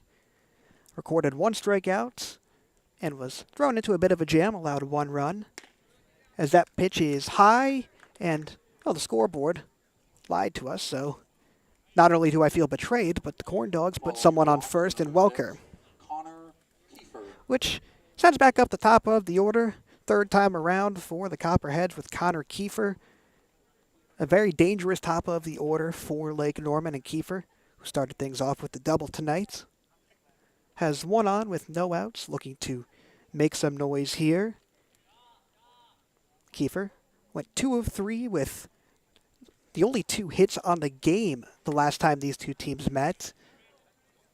Was the lone bright spot in that 10-0 defeat. So far, the Corndogs find themselves on top of the Copperheads again. A much more offensive showcase between the two teams, largely because of the combined 16 runs that we've seen so far. As Kiefer pops this one straight up, but it is going to go foul and hit off the dugout. So that will send Welker back to first and bring up a 1-1 mark on Kiefer, the leadoff man from Monroe Community College. Hit his team-high 6th double of the season earlier in the game. And number 6, facing a 1-1 count right now. That Gullo is going to deliver in and high. When Gullo's missed so far, it's been up in the zone, as we've seen a few of those sail on him. And Gullo, who has now in his 10th inning of work on the season, has also seen plenty of action as a batter as well. One of a few select two-way players for this Corndog squad. The other one, Harrison Wilson, actually started tonight's game, if you were with us. And another high ball from Peter Gullo makes the count 3-1 now on Kiefer, looking to be the 2nd straight batter to be walked by the Anderson pitcher. Gullo getting some motivation from his dugout, hoping to climb back in this count as the 3-1 toss is locked and fired inside and high for ball number 4, which sends up the most dangerous part of the order for the Copperheads. We're going to see Will Gray, Landon Reeves, and Tyler Zadalis, which Coach Jeff Pluta certainly is aware of as he comes to visit Peter Gullo. Don't know if his night is done, not looking like it, but the meeting still just to find a game plan for attacking this middle of the Copperheads order.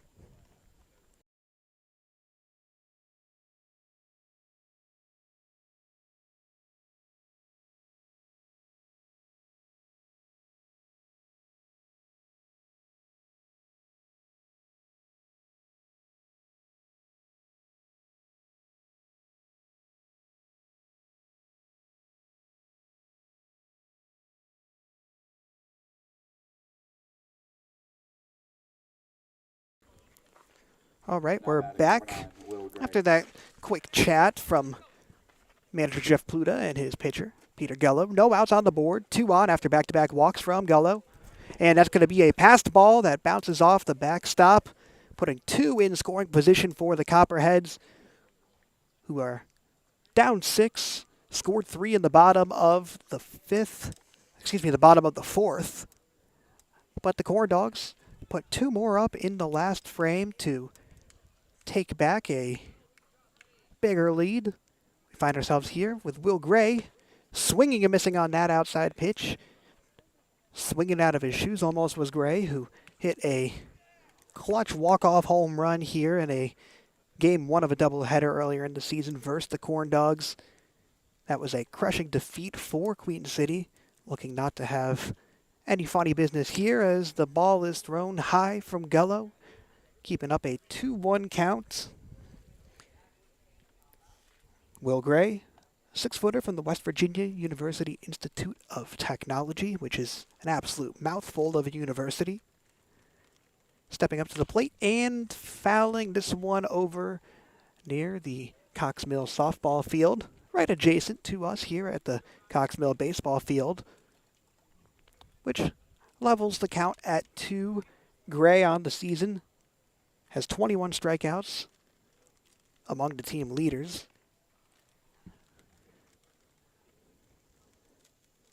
As Gullo takes a deep breath, loads this one in, and that will be another high pitch, making the count 3-1. It says, I believe it should be 3-2, but we'll go with what they say, 3-1. Sometimes it's easy to lose track of these things when you're juggling so much in the commentary booth. And now a 3-1 toss is going to stay in. And the play made by Sammy. He will analyze, throw, and save a run for the Corndogs while putting out the first batter of the inning. Third base had been a problem in the past week for the Corndogs, as we covered in yesterday's game. But Nathan Sammy making it look easy peasy right there, putting away one of those dangerous batters for this Copperhead side, sending up just another one in Landon Reeves. Reeves, the 6'5", Overland Park, Kansas native, doesn't chase on that outside pitch, so a 1-0 count on him. That ball was smoking off the bat of Gray, but just a phenomenal diving stop by Nathan Sammy, getting dirty to try to win this playoff game, as that will be a low pitch from Gullo. Count moves to 2-0, and Gullo hasn't got ahead of many at-bats. Walk 2 this inning, has yet to allow a hit in the frame. And with a sizable cushion, he is looking to protect a 6-run lead, but falls behind 3-0 in this count 2, at serious risk of loading the bases for the SCBL's leading regular season home run hitter, Tyler Zadalis, who is on deck, flirting with danger and trying to get back in this at-bat. 3-0 pitch is in and low. Bouthelette makes a nice stop behind the dish, and it looks like Jeff Pluta might have another conversation with his reliever. Gullo is going to get a visit on the mound with the rest of the infield. Perhaps his night could be done here after he loaded the bases, and it looks like that's going to be the case. So Peter Gullo. Oh, actually, not so fast, Jonah. Actually, I was right. Got to trust your gut, ladies and gents, as Peter Gullo's night is finished with some serviceable work for the Corndogs, and now he will be replaced by number 6, Aiden Meany, after this quick timeout.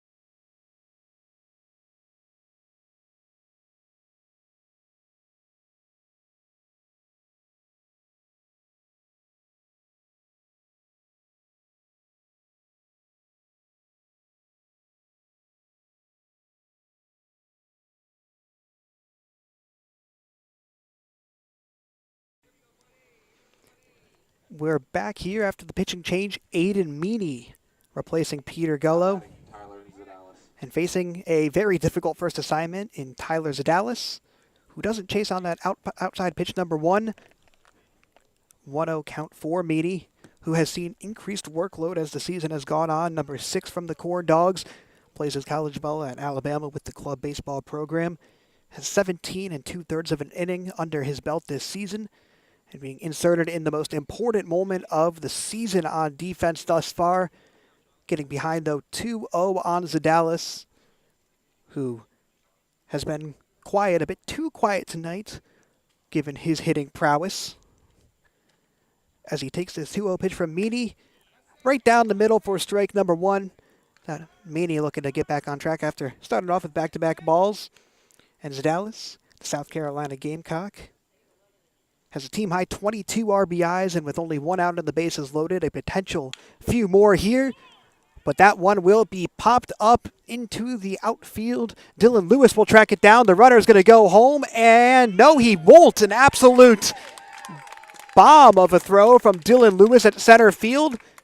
Holds the runner on third and gives the Corndogs a chance to escape this jam, with number 23, Spencer Nolan, stepping up to the plate. And now the pressure shifts to the Copperheads. Nolan. This has been the best chance for the Copperheads to make a splash play and get back in this game that we've possibly had the entire contest. As Nolan starts things off with a high ball that he looks off. The Wilmington, North Carolina native bats .241 on the season with 13 hits.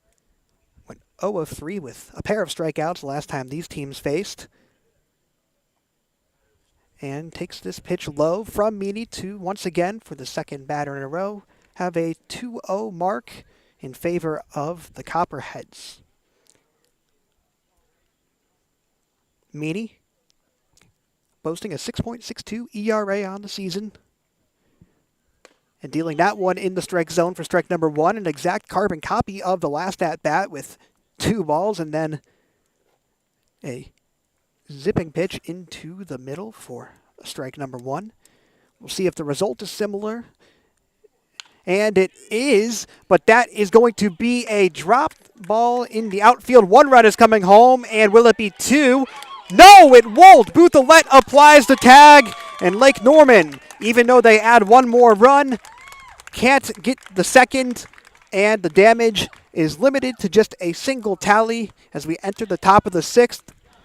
RBI single from Spencer Nolan is good, but not enough to salvage the bases loaded heading into the 6th inning between Queen City and Lake Norman.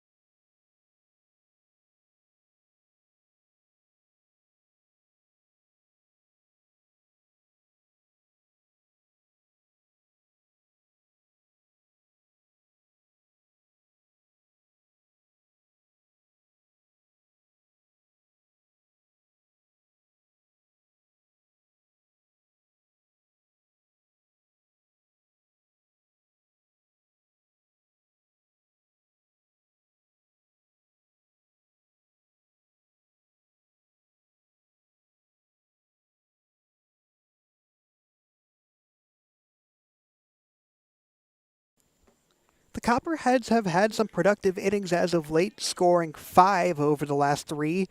But the challenge tonight has been on this side of the ball. And now a new pitcher in the game for Lake Norman to try to finally toss a scoreless inning. Queen City has yet to go without putting one on the board, at least in any of their frames so far. And a tough start to this one with Lewis, Buthelette, and Quintero, the 3 due up for the Corndogs. The pitcher, number 14, Nick Solar. And he starts things off with 2 outside balls against Dylan Lewis. Solar, a senior from Mount Eula, North Carolina, has been one of the marquee, if not the marquee, relief pitcher, for the Copperheads. Has 3 saves on the season and 5 appearances, but quickly falls behind the count 3-0 against Dylan Lewis, who is 3-3 on the night with 2 singles and a home run into right field. Lewis, part of that 2-headed monster with Harrison Buthelette in the middle of the order that has been ravaging SCBL teams all season and especially throughout the playoffs. But he won't swing on this one as Solar able to get back in the count a bit. The lefty from the University of Northwestern Ohio, playing back in his home state for the SCBL season. And after going down 3-0 in the count, has a full mark on Dylan Lewis. Back-to-back strikes with the foul ball. Harrison Buthelette scoops that one up on the screen. Hey, Harrison. Good game, to say the least. And now with the full count, Dylan Lewis might go back into attack mode here. Solar looking for his first strikeout in the first at-bat, and that's exactly what he does, getting a swing and a miss out of Dylan Lewis, making number 42 look mortal for the first time in quite some time, and only the second strikeout of the night for the Corndogs. Job doesn't get much easier, though, as Harrison Buthelette returns to the dish. Now batting, number Has 2 home runs in his first 2 at-bats after grounding out the 3rd time up. And the lefty getting a lefty matchup here. And checking on that swing, but won't matter as it goes in for strike number 1. Solar has pitched 11 innings on the season, allowing 10 hits and 6 earned runs in those 11 innings. Good for a 4.77 earned run average. And now has an 0-1 count on Buthelette, who takes a big hack at that one to move the count to 0-2.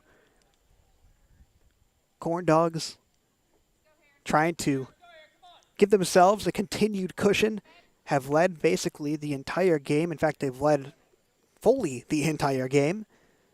And now potential back-to-back strikeouts here from Solar, but that one draws inside to move the count to 1-2 on Booth.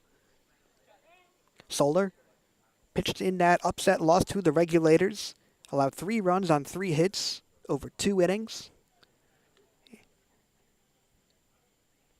And that loss put them in the losers bracket where they won last night against Statesville and now face the Corndogs tonight as Buthelette chops that one right back to the pitcher and the play is made.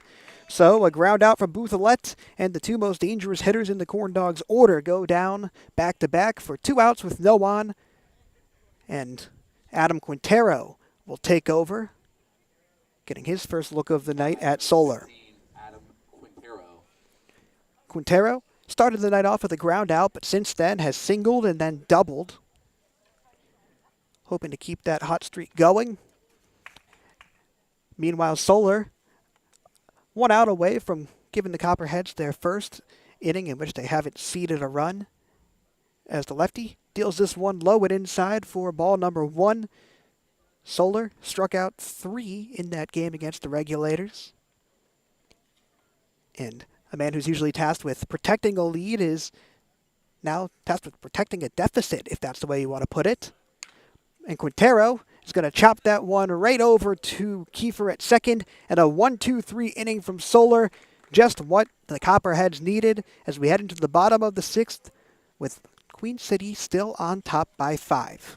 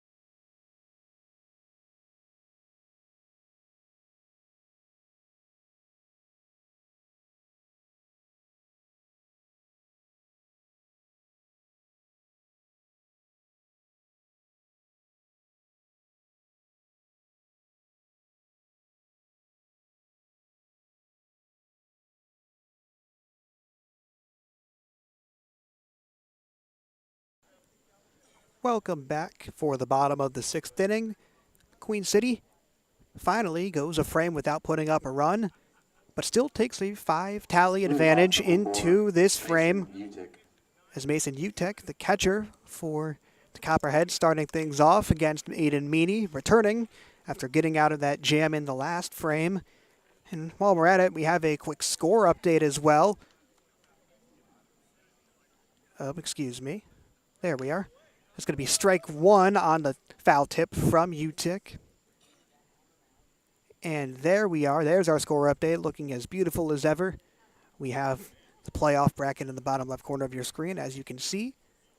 Currently, top of the 6th inning at Moore Park, a 4-4 game between the Athletics and the Spinners. Loser plays the winner of this game tomorrow. And regardless of how it shakes out, if Mooresville wins, they're the highest remaining seed, they'll host. If Concord wins, they're the lowest remaining seed, and they will be on the road, despite winning. And now an 0-2 pitch is on the way, and high from Aiden Meany. And basically the loser of that game, if Mooresville loses, the game will be at Mooresville. If Concord loses, the winning team from this contest will play one last home game on their season.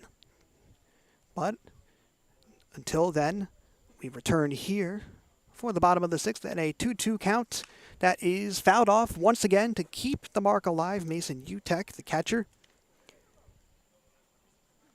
was one of those guys that sparked a little bit of a run in the 4th inning for the Copperheads. As Meany returns to the bump, coming off a brief performance that had 1/3 of an inning pitched with 1 earned run on 2 hits and a walk his last time out, and gets another foul ball out of Utek to keep things at 2-2 here in the first at-bat of the 6th, or the bottom of the 6th, I should say. The Corndogs have been in control throughout, but credit where credit is due. The Copperheads have hung around and not tipped over, as Utek, similarly to the Copperheads, just keeps on battling in this at-bat. That's his 3rd foul ball opposite side in this sequence of pitches alone. Utek, the catcher, batting .278 on the season. And looking off that pitch high, bringing up a full count in this absolute duel of an at-bat between him and Meany. Utek coming off a 2 of 3 performance with 2 walks as well against Statesville. But that's going to be a looking strike. Aiden Meany had that one drop off a table into the zone for the first out of this inning. And a big shift in momentum there as the Alabama club product starting things off quite nicely for himself and the Corndogs on to strike out his first of the game, which brings up Jack Brandel, who will look off that one for a ball. Brandel, Now batting number 40, Jack Brandel. the lefty from Charlotte, North Carolina, takes a big swing and misses on that one. Batting .212 over 15 games on the season. Only has 6 strikeouts, one of the few guys on this team with a positive base on ball to strikeout ratio. And getting even in the count on that ball, 1-1. Brandel, with no on, is going to check on that high pitch, which makes it 2-1 now if you weren't keeping track. And Meany gearing back up for another toss. Was able to win that last at-bat and has this one go inside. And did that hit Brandel perhaps? It looked like that might have been the case. Either way, Brandel makes his way to first, and now number 1, Jack Lopez, steps up to the plate. The sophomore from Barton College was 0-4 last night. Hit a double earlier in this game and has also scored in the last time he was on the base path. That came in the 4th inning. But starts things off with a looking strike. Aiden Meany finally gets ahead of the count. And with Brandel on first and 1 out, Meany trying to carry the Corndogs to the bottom frame, or I should say the latter third of this game. And a quick 0-2 count on Lopez, who's batting 136 on the season. And in that Queen City game, Lopez drew the only 2 walks of the game for his squad, as Meany barely misses the strike zone outside there. 1-2 toss on the way for Meany, originally from Nashua, New Hampshire, where he spent most of his childhood and graduated high school before relocating after college to Nashua, New Hampshire. And this one is flared up. Bouthillette has a chance at it, but not there in time. Count stays at 1-2, and Bouthillette would have been a tough one to make, tough play to make, but still a favorable mark for the Corndogs, as it's 1-2 once again on a low percentage hitter. Lopez, a sophomore from Charlotte, North Carolina, 5'9", 160, standing tall at the plate. Takes the 1-2 pitch, and once again pops it off for a foul. So these these Copperhead batters not going down without a fight, to say the least. Brandel still on first, not showing any signs of going, as the count evens to 2-2 now on that low and outside pitch. Unable to get a chase out of Lopez is Meany. So Meany, who now lives in Harrisburg, North Carolina, gets a hit over there, is able to glove it. Oh, fumbles it, but the play is not made. Meany tried to slide in, and the error will be attributed to the pitcher. Couldn't handle that difficult bounce and was trying to make a diving play over to first to get the out. Instead, though, 2 on for number 2, Connor Welker. Aiden Meany so close on that one. And now Welker has 2 on with only 1 out. Copperheads have had their fair share of chances in this one. Will they finally strike is the question. And now Meany deals in this toss right down the middle. So strike number 1 looking on Welker, who is also a low percentage batter, 160 on the year with 8 hits, that over 16 games. And he's not going to swing on that one, though, so 1-1 on Welker, the freshman from Concord, North Carolina. Has 3 RBIs on the year as well, with a runner in scoring position right now. That's Brandel over on second, Lopez on first, and a foul ball from Welker, which puts him down 1-2 in the mark. Meany looking to propel the Corndogs out of this thing. Both teams thin at pitching, which is what back-to-back-to-back playoff games will do to your pitching unit. But that one is going to be lined into the outfield, and it looks like the bases will be loaded on that left field single, courtesy of Welker, which loads the bases with only 1 out. Multiple situations in which the Corndogs have loaded the bases. But now the top of the order coming up in number 6, Connor Kiefer. So once again, Queen City playing with fire here.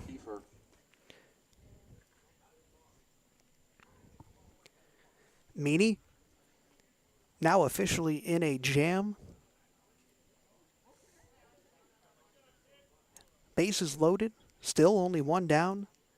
And Kiefer, the leadoff man, pops one into left field, but that will pull foul for strike number 1. Kiefer has a team lead in hits on the year. After tonight's performance, has crossed the 20-hit threshold, doing that in 25-plus games. And number 6 finds himself down 0-1 in this count to Meany, as the righty deals this one in and low. Bouthillette has to squeeze that one and make sure that no funny business occurs behind the plate. So now 1-1 on Kiefer. And Meany will deal in once again right down the middle. When he's found the strike zone, he's found it well. No doubt about it. And now a 1-2 count on Kiefer, who has Just 12 strikeouts over 25 games. Going to be a hard guy to put away at the plate. Kiefer, notably also, has the most doubles on this team, which you don't normally see out of a leadoff guy. But he's been able to hit for both power and contact, earning him that leadoff position. But goes down swinging right there, and Aiden Meany gets a much-needed punch-out, his second of the game and his second out of the frame, which sends up Will Gray with the bases loaded. He's going to need to do something here if he wants to avoid leaving his Copperhead teammates stranded. It's Brandel, Lopez, and Welker from left to right. And Meany trying to escape the jam, but that one is flared up into the outfield and not far enough. Oh, but the sliding catch not made by Pierce. Brandel comes in. One more run comes in. It's Lopez.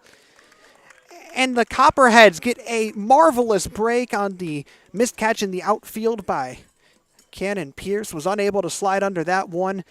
And as close as the lead has been, just a 3-run game for Landon Reeves stepping up to the plate. You can feel the Corndogs fans here possibly holding their breath a bit, or out by as much as 7. And the Copperheads have charged all the way back to bring this within 3. Meany almost had an escape from that jam, but bounces back nicely on his first pitch, at least with another strike right in the center of the zone. The Copperheads have scored all but one of their runs over the past 4 innings. Looking to make it more on that ball. That is going to hit Reeves, it looks like. So the bases are loaded once again. And it's going to be number 17, Tyler Zadalis. Corndogs got lucky with Zadalis popping out the last time that he was at the plate. But Zadalis, who is among the SCBL's most dangerous batters, has the bases loaded with 2 outs, and he actually poses as the leading run in this game. Meany dishes this one in, and that will be an outside ball, number 1. Corndogs going to need some sort of break here. Copperheads have slowly but surely picked up a ton of momentum in this contest, as that one is fouled off by Zadalis. Got a good piece of it, but rips it towards the Corndogs dugout. Aiden Meany almost got the job done. You're going to have to think back to that 2-run single that came on the missed catch in the outfield by Cannon Pierce. That one definitely hurts if you're a Queen City fan. But you got to bounce back here. Still in the lead. But that one very close to making the lead disappear. Zadalis absolutely booms that one foul. And the SCBL's regular season home run champion, Zadalis, will be attending University of South Carolina in the fall. Found himself 1-2 in the count against Meany. Bases loaded. And the pitch is in and fouled back. Tense situation for Meany and the Corndogs. They've seen a big lead evaporate at this very field before. And now Copperheads threatening once again to play spoiler to the Corndogs' hopes of winning a game here at Cox Mill. As the 1-2 pitch is in and fouled straight back by Zadalis. With each foul ball, this situation just gets more and more stressful for Queen City faithful. A large showing tonight from the Queen City side. Plenty coming to support their dogs. In an elimination game here between the 3 and 4 seed in the SCBL. 30-plus games in both of these teams' seasons. All for this. And Zadalis launches that one, and is it going to go? No! Dylan Lewis gets under it, And disaster is averted by the Corndogs. Allowed 2 runs, but boy, could it have been much, much worse. 3-run lead heading into the 7th inning. We've got a close one between Concord and Queen City.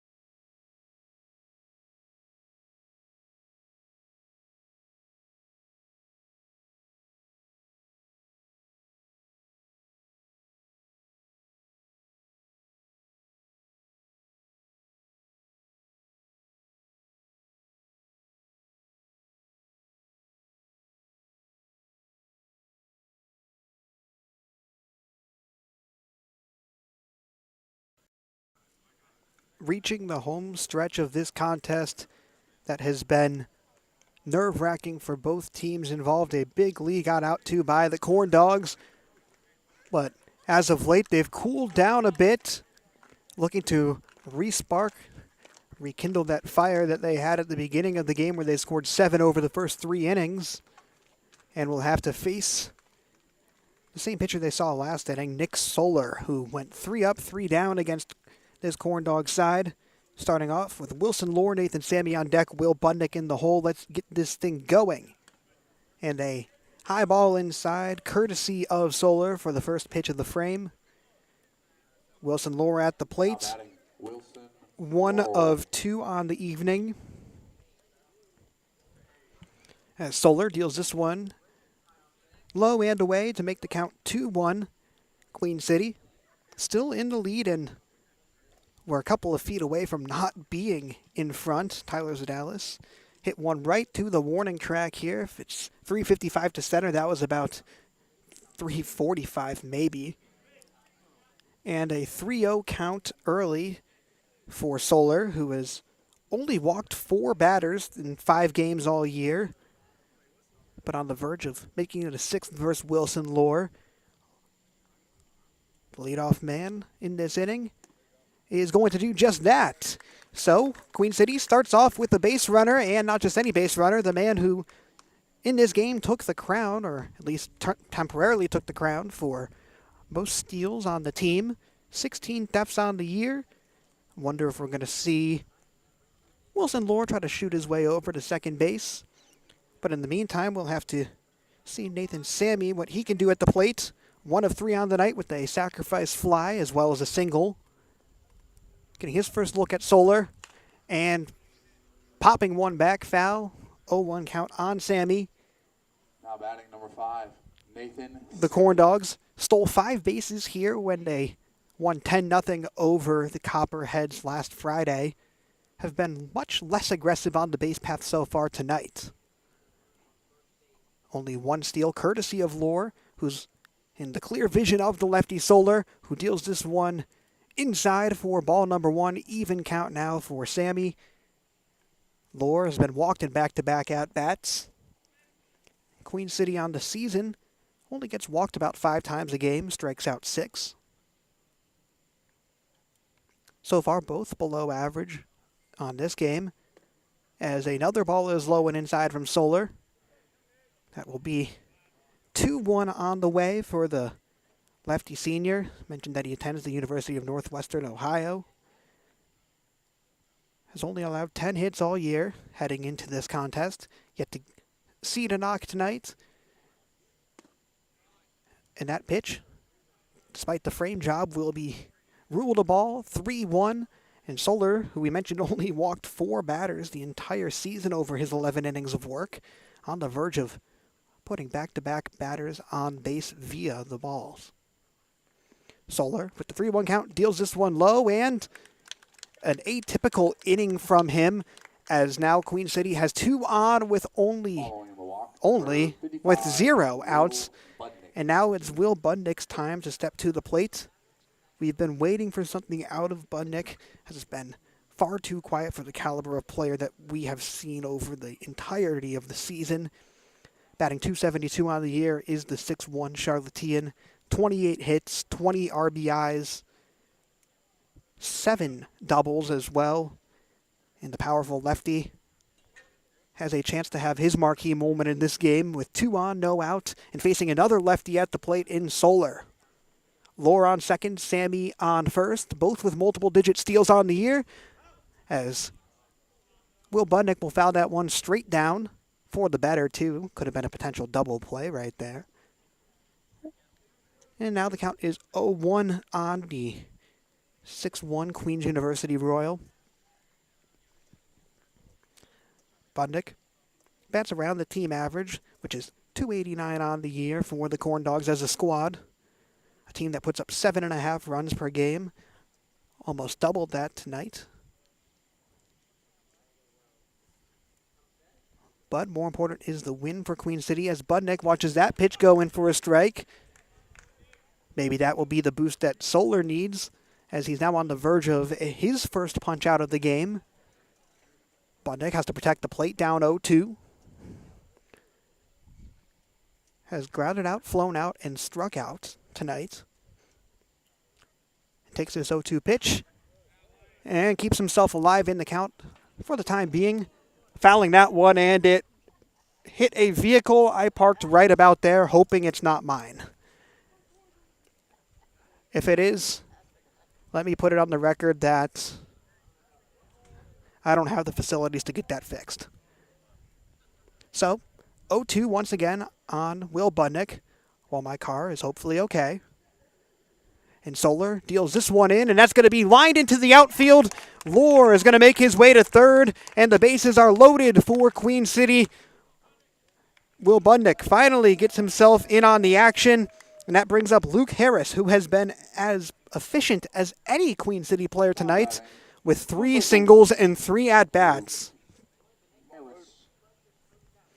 Harris had come into this game on a bit of a cold spell, went 1 of 2 against the Regulators, and that was his best game in the past week or so, went 0 of 2 versus this team on Friday, but has completely changed things tonight with this 3 of 3 performance, and boy, would one more hit be a dandy for the Corndogs, as that pitch is in low from Solar, for ball number 1. Harris, who has picked up his 14th, 15th, and 16th hit of the season tonight, is going to ground one foul to even the count at 1. Harris has the 4th best on-base percentage out of any Corndog, and the 5th most RBIs, 13 runs batted in on the season, and boy does he have a prime opportunity to collect a few more here with Lohr on third, Sammy on second, and Budnick on first. 1-1 count, and still no down for Solar, who went 1-2-3 in his last frame against the hardest part of the Corndogs lineup, but so far, the middle to bottom of the order in this frame has given him some trouble. As once again, another pitch is low from Solar, moving the count to 2-1. A walk here would give Queen City another insurance run. And we've seen bases loaded from both teams multiple times tonight. Very, very offensive-heavy contest between these two conference foes. As Harris will foul that one back to even the count at 2. On deck is the man running across your screen right now, Miller St. John, and then the top of the order returns with Masri. But for the time being, Luke Harris has a 2-2 mark. Solar looking to get one work of the inning done, and that's going to be a force play at home. The smart play made, and Wilson Lohr won't be able to tag in time. Solar makes the play, and one comes down, but the bases are still loaded, so not a complete disaster for the Corndogs. That fielder's choice from Harris gets him on base for the 4th time tonight, though I'm sure he is not too pleased with the fact that it resulted in no runs. So Miller St. John comes to the plate. He's 2 of 3 on the night. 2 singles himself for St. John, who has really picked up the bat as the season has gone on. Really was primarily put in for defense and now has been a reliable hitter, to say the least. St. John has boosted his average all the way up to 264 on the year with 14 hits and 5 RBIs. Was 1 of 3 with a single here on Friday. Stole a base in that contest as well. Already has more hits tonight. And if he's able to tack on one more, it would be huge for this Queen City side. But he's not going to bite on that outside pitch. 1-1 for Solar, who is trying to work his way out of this jam, much like Aiden Meany did in the last inning. Lake Norman was able to put up 2 runs in the frame. To draw this lead to 3, it's as close as it's been in a minute. So the lefty deals in the 1-1 pitch. High and outside, 2-1 on the way. as this game has progressed and the bullpens have become more active, we've seen a little less hitting action and still the same amount of base runners. We've seen hit by pitches, some increased walks. So it's really about which team capitalizes at the plate with those runners in scoring position and try not to strand any of them. Corndogs, with one out, have 3 on and a 3-1 count for St. John. 1 pitch away from Solar, and this could be a 4-run game in the blink of an eye. St. John with the favorable mark. Gearing up.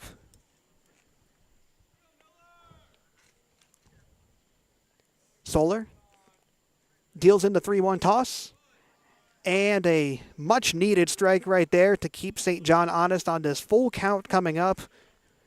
Dave Mosry is on deck, who is 1 of 2 on the night. Has been hit by 2 pitches as well. Now the full count on St. John. Pivotal moment here for Solar, as the lefty from Mount Eula, North Carolina, locks, loads, fires, and that will be way high. And the Corndogs, without a swing of a bat, will get 1 more run on the board. 12-8 in favor of Queen City. Nathan Sammy walks on home, and Queen City able to tack on 1 more. Every run important in this contest. And still, with 1 out, the bases loaded. Still, once again, for Dave Mosry. St. John takes his 3rd base of the night. And Mosry fouls 1 right off the handle of a bat, it looks like, towards the Lake Norman dugout. Both these teams fighting for their seasons. And the quality of this game has been exactly what you'd expect from 2 squads in this situation. Mosry has that pitch go just outside to even the count at 1. And Solar trying to keep the inning at just 1 run allowed. Meanwhile, in the top of the 7th, over in Mooresville, we have a 5-4 affair with the Spinners on top of the Athletics. Loser of that game, once again, will play the winner of this contest in an elimination game tomorrow. So we'll keep an eye out on that game between the Spinners and the Athletics. But more importantly, we'll keep more eyes here at Cox Mill High School, where the bases are loaded with a 1-2 count on Dave Mosry. As Solar deals this one in, and that's a looking strike, number 3. Corndog side not pleased with that one. And Cannon Pierce now steps up to the plate with the bases loaded and 2 down. Mosry goes down looking. And now Cannon Pierce put in with the bases loaded. Corndogs have gotten 1 run out of this situation.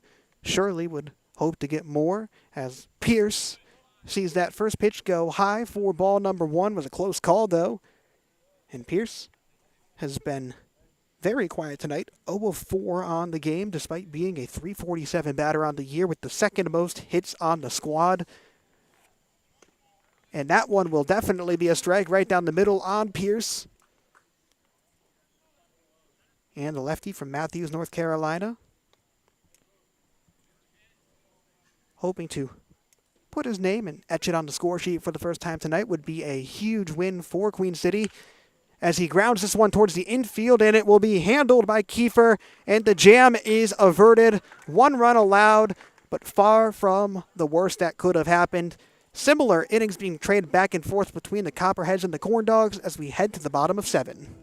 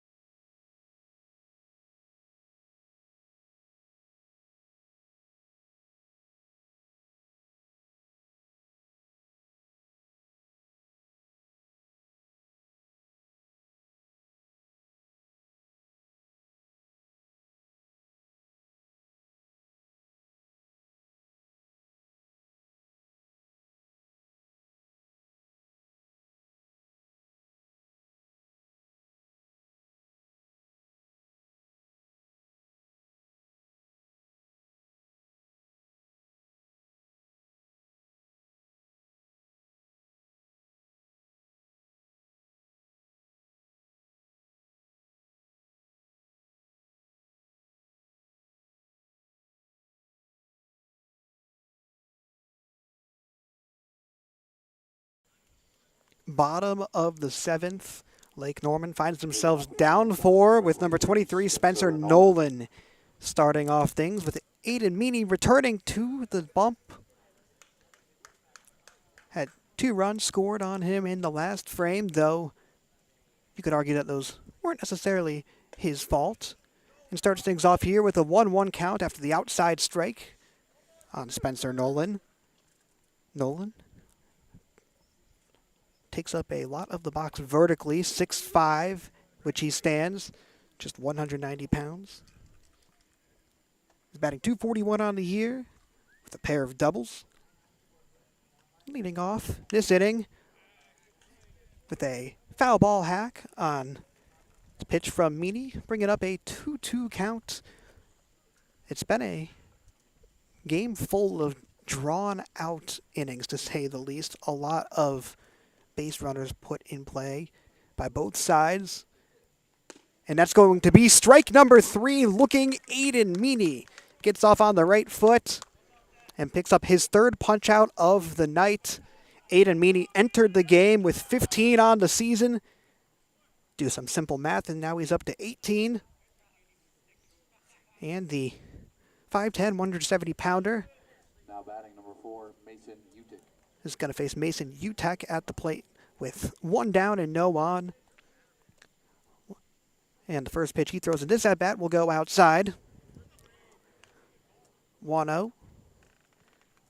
As Lake Norman officially down to 8 outs on the game.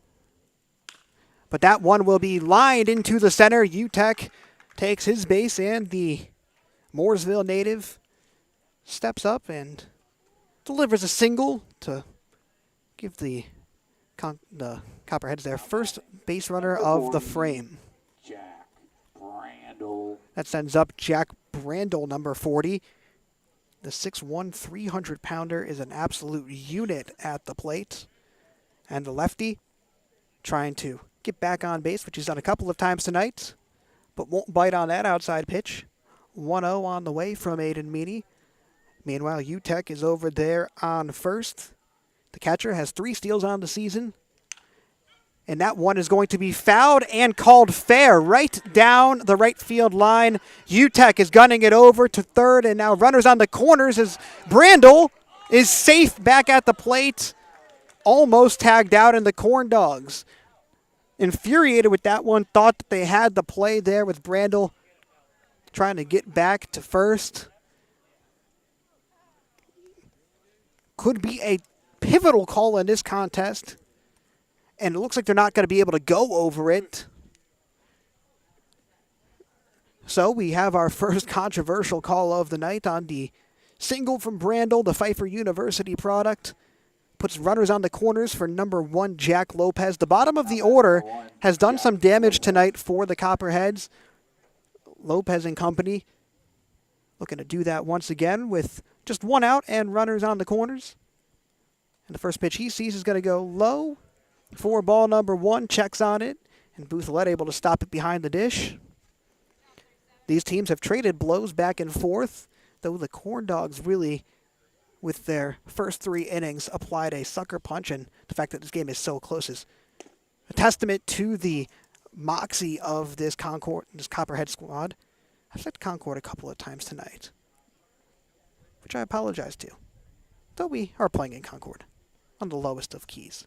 So make it a 1-1 count. That is going to be hit over to Masri, the 4-6-3. Oh my goodness. Ruled out, and the run comes in. So Utek scurries across home, and a really bang-bang call over there at first base keeps the inning alive and gives a 9-12 score to the Copperheads. Thought for sure that that was an out at first, but that will not be the case, as Connor Welker looks to take advantage of the favorable call, and with a fresh at-bat, starts things off with an outside ball. Lopez is over there on first. 2 down, a 1-0 count on Welker. And that's going to be 1-1, Aiden Meany. has had some moments tonight where he's looked the best he's arguably looked all season. Getting extensive work in this contest and dealing that one in for a strike as well. Just one strike away from bringing us to the 8th inning. Concord has put up one more run here in the bottom of the 7th as Meany dishes this one low for ball number 2. Connor Welker has struck out 18 times on the season, batting 160 at the dish with 8 hits. Doing that over 16 games of action. And did he go on that one is the question. Booth-Alette can't locate the ball, and that's going to allow Lopez to scurry on over to second. So another runner in scoring position with a full count on the way. Top of the order on deck for the Copperheads. A strikeout here would go a long way, or any out really would go a long way for Meany and this QC side. Full count pitch on the way. Meany locks, loads, fires, and that's going to go low and away. Welker takes his base, and with 2 on and 2 outs, Kiefer and the top of the order return for the Copperheads.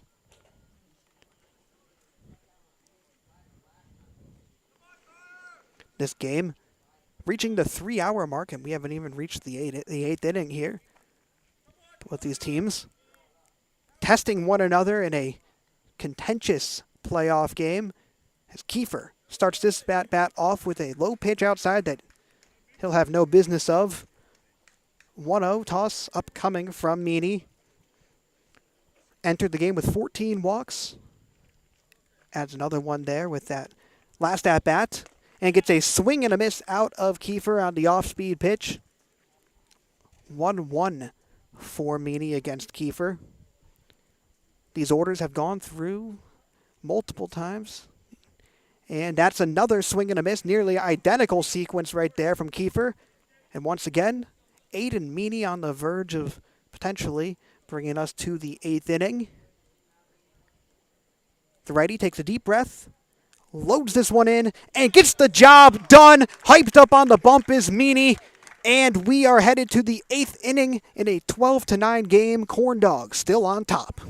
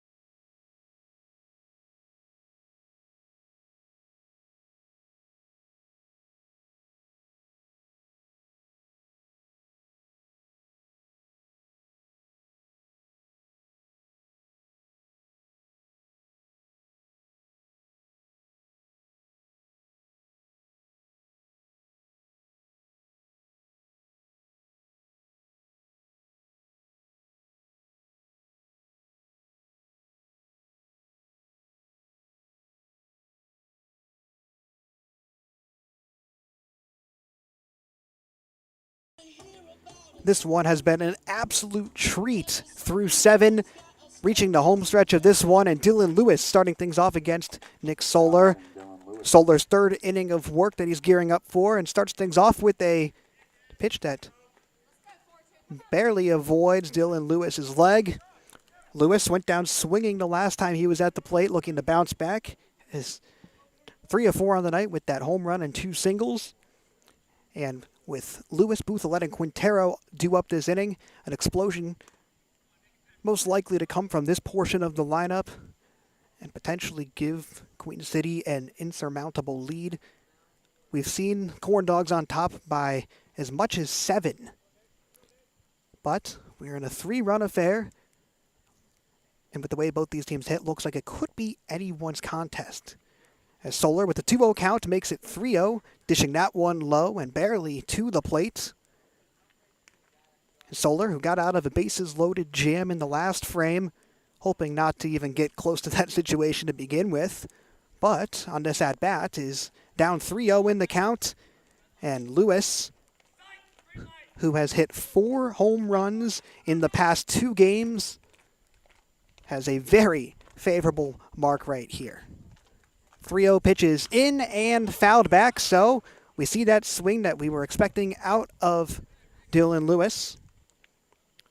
Solar getting extensive run tonight. Both these teams have had some high highs and low lows out of the bullpen, what you expect at this point of the season where pitching units are relatively thin.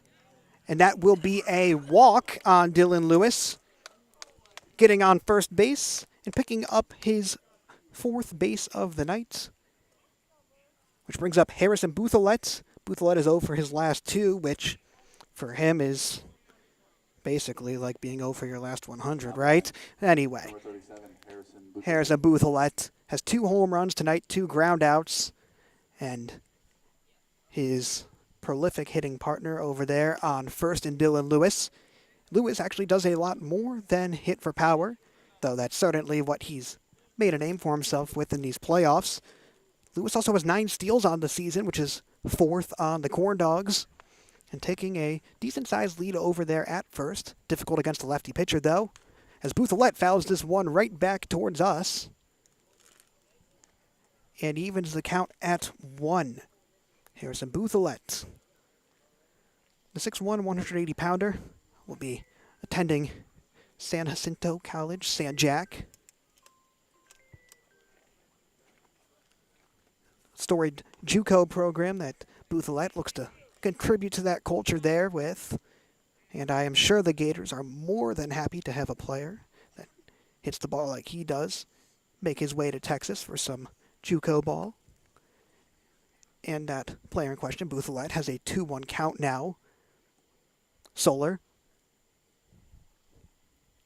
was able to put away Buthelette last time and dishes in the 2-1 pitch that will go low for a 3-1 count.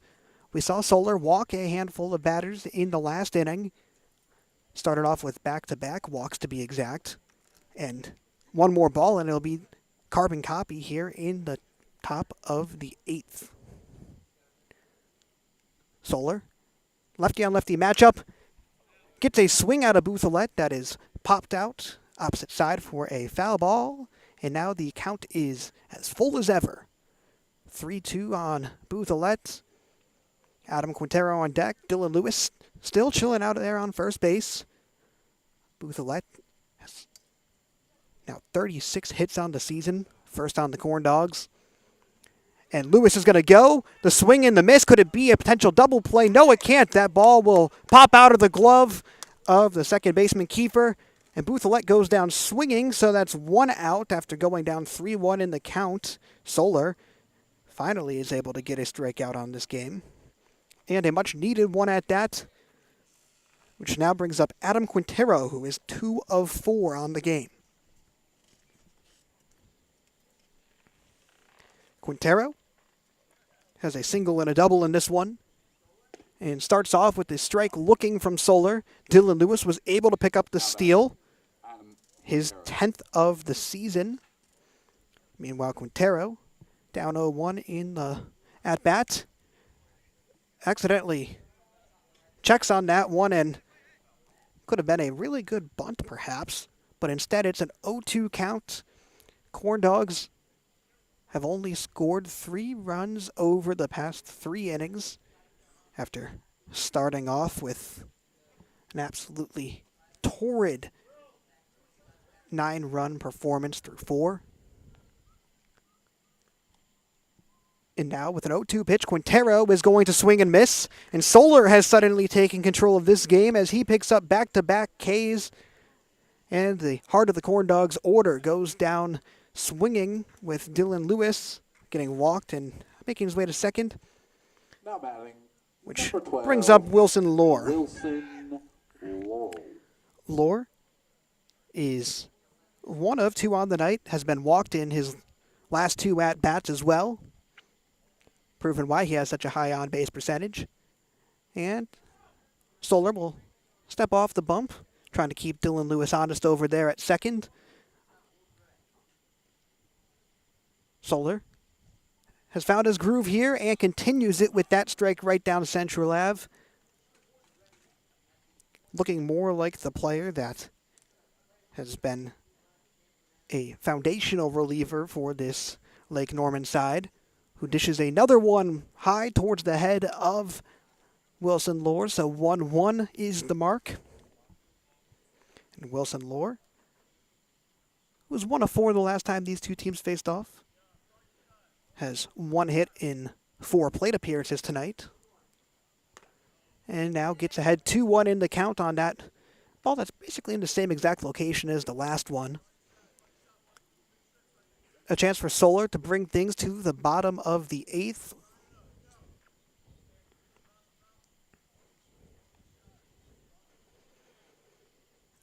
And with the 2-1 count, he deals this one in and barely avoids Wilson Lohr.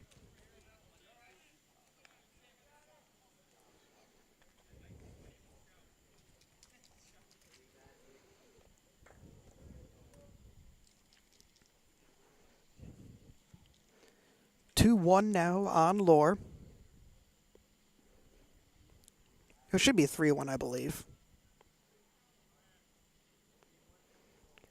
And he will swing and miss on this one to bring up a full count.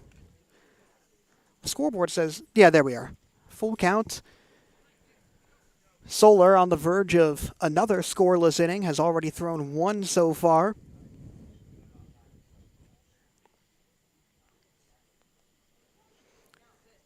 And does just that. 3 strikeouts in the frame, and Solar with a little bit of solar power, bringing us to the bottom of the 8th. Following the strike.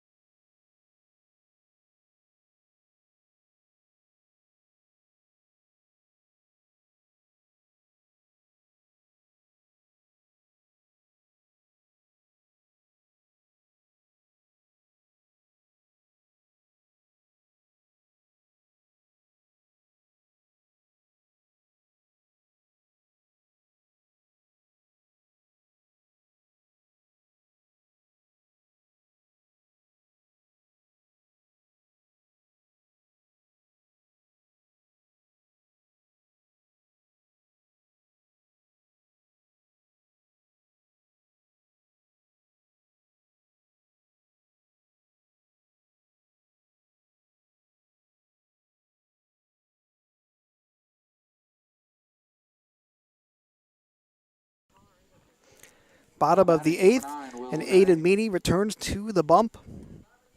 It starts off with a low ball away on Will Gray. This game has been an absolute slugfest in multiple senses. Corndogs have scored 1 over the last 3 innings. Lake Norman trying to capitalize on the dry spell for Queen City and make a push at this thing. And start off with a 2-1 count on Gray. Aiden Meany, being given a huge responsibility here, has proven himself thus far and gets Will Gray to chase on that outside strike.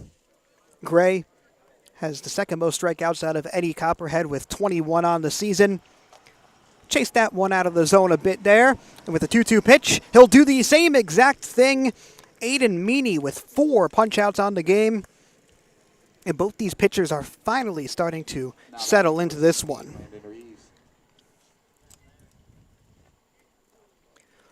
The Corndogs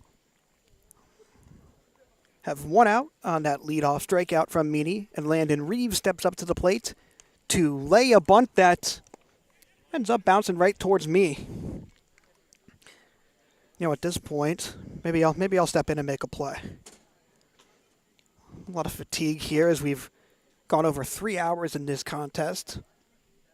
And Reeves once again threatening to lay the bunt, but pulls back at the last moment to even the count at 1. Meany sees the bunt being laid again, and that is a beauty. What a great bunt, and a little concerning for the Corndogs that Nathan Sammy was so far back, maybe accounting for a potential more powerful hit, but instead Reeves gets himself on first base, and that will send up Tyler Zadalis.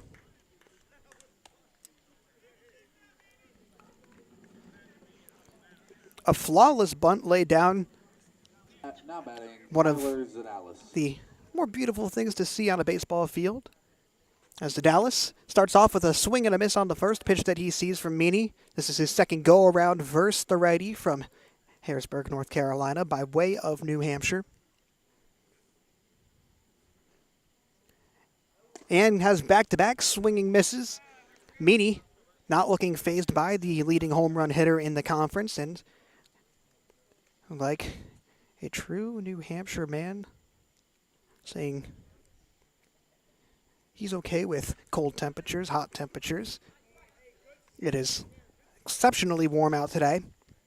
Has obviously cooled down as the game has gone on, but as is typical with the Charlotte area, very humid still. And Zadalis is going to flare this one up into right field. Dylan Lewis looks to have it and secures the second out of the inning. So with Reeves on first, that will bring up number 23, Spencer Nolan. Frankly, I've lost track at how many at-bats the Copperheads have had, but a lot. And an offensive performance that hasn't been terrible at all. 9 runs put up on the board, usually enough to win you an SCBL game, but they find themselves down by a trio of runs here. As that one is grounded over to Nathan Sammy. The throw to first is there. And a quick inning, just what the Corndogs needed. And now we have one more frame to go with Queen City on top, 12-9.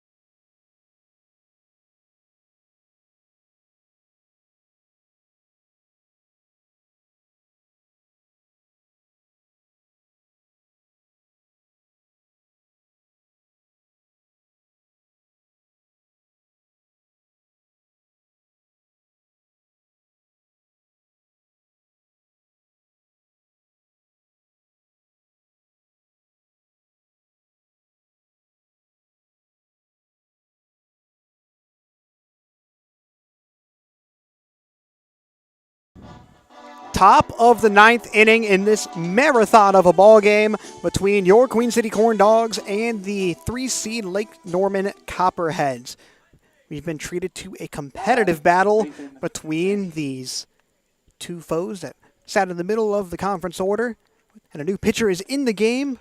Andrew Bruss starts off with a strike right down the middle. And Bruss, not a bad guy to have in this situation, ladies and gents. The 6'1", 170-pounder from Concord, North Carolina, has seen 11 games of action so far this season, more than any pitcher on the Lake Norman roster. 24 2/3 of an inning of work, posting a 4.01 ERA. But that pitch is going to sail on Bruss, making the count 2-1 on Nathan Sammy, who is 1 of 3 on the night. And now a 3-1 count on Sammy. It's also worth noting that it looks like Mooresville is going to secure a spot in the championship series. 11-4 in the bottom of the 8th. Mooresville uses a 6-run bottom of the 8th inning. Still not over, and they've put up 6 runs to pull away from Concord. So it looks like the winner of this game is going to host the Athletics in a do-or-die situation. We'll let you know if there's any major changes or a comeback from the A's in that one. But keeping it here with the game that is much more tight, we have Sammy over on first and Will Budnick seeing a pitch high from Bruss, who attends Caldwell Community College and saw some work versus this Queen City squad on Friday. Had an atypical performance for him. Allowed 5 runs in 1 inning, had 6 hits off of him. Considering he's only allowed 11 runs all year, that was a season low point for him, as Sammy is going to gun it over to second. The throw from UTEC isn't there in time, and Sammy puts himself in scoring position. The Middlebury product picks up his 10th steal of the season. And this Corndog squad has plenty of guys that have double-digit thefts on the year. But Budnick goes down swinging on that one to even the count at 1. Budnick has a single on the night, and then strikeout, flyout, ground out. But a quick meeting for Andrew Bruss, the sophomore, who has allowed 25 hits on the year and has the second most strikeouts out of any Copperhead as well. Only 1 start on the year, so very comfortable coming in relief. So far has a runner on second with a 1-1 count at the plate that sails high for ball number 2. Bruss, 6'1", 170 pounds. Also pitched in that game versus the Regulators that resulted in an upset, and the upset certainly wasn't his fault. Went 2 1/3 with no earned runs and only 2 hits allowed. And gets a big swing out of Budnick there to even the count at 2. And Bruss, who has posted 32 punch-outs on the year, looking to put another one in his collection with Budnick, who has already gone down once tonight swinging. Bruss takes his time, looks back at Sammy on second, deals this one in, and that is fouled back right towards us. No matter how many times, you know, that net's going to be there, you always got to flinch a little, right? We're human. So far, a lot of these guys have been playing superhuman tonight. Hitting left and right by both squads in Queen City, trying to protect a 12-9 lead, give themselves some insurance heading into the bottom of the 9th. As Budnick doesn't bite on that pitch, a close call from Bruss. So, full count on the way.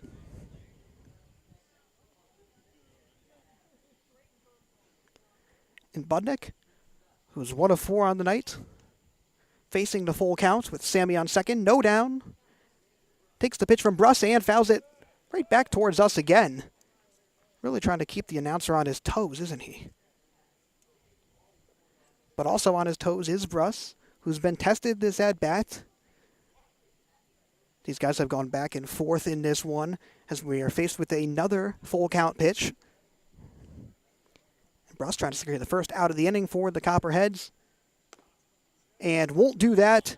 A pitch that goes just outside, bases Budnick. He takes his first walk of the night, and that's 2 on back-to-back walks from Bruss. sending up Luke Harris, who is 3 of 3 on the night, also has a fielder's choice that was really just a reset of the prior situation. Bases were loaded and Copperheads threw out the runner at home. So Luke Harris has multiple base runners on again, and once again looking to capitalize here, facing a new pitcher after Nick Soler went about 3 innings, recorded 3 strikeouts, all in the 3rd inning of work that he put up. So got stronger as the game went on. And now Bruss trying to carry the baton and give his Copperheads an outside shot at making a comeback effort in the 9th. But that one is going to pass, and it looked like it might have hit Luke Harris. Tried to scoot back. We're deciding what that is, and that's exactly what happens. Luke Harris gets grazed on the thigh, and now the bases are loaded with no outs. Bruss, who we mentioned, had arguably his weakest performance of the year against this Queen City squad the last time they faced off, being visited on the mound for this pivotal situation. No outs, bases loaded, and we'll be right back after this quick intermission.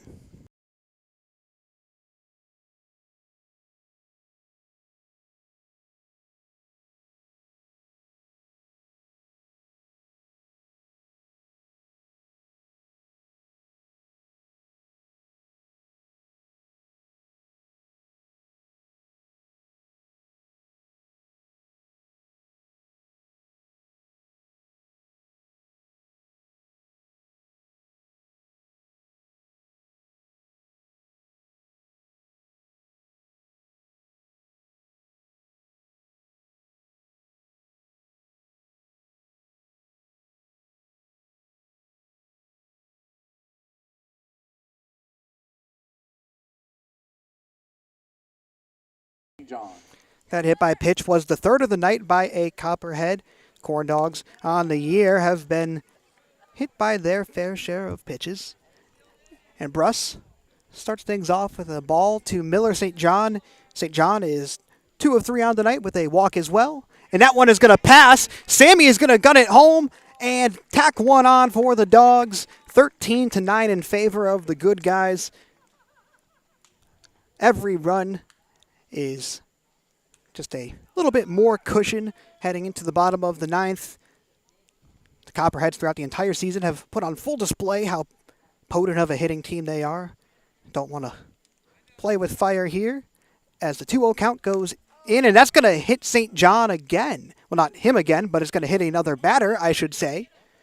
And back-to-back hit by pitches from Andrew Bruss reloads the bases for the top of the order with Dave Mossery, who is now making his 6th plate appearance of the night. Mossery himself has been hit by 2 pitches, neither of them coming from Bruss. Mossery's also gone 1 of 3 with a single. So a relatively quiet night from the Corndogs leadoff man as Mossery sees that pitch go into the zone, and Bruss starts ahead of the count, trying to regain some momentum here before his team gets back up to bat in the bottom of the 9th. But that one is passed again. Will Budnick is going to rumble home, and that is another run tacked on without even the swing of a bat. Corndogs getting it done the unconventional way, but doesn't matter if they're getting it done. 5-run lead and only, no outs actually. So 1-1 tosses into Mossery and high for Mossery, with Luke Harris on 3rd, St. John over at 2nd. 2 runs scored this inning, both on passed balls. And Mossery will bring the count to an even 2.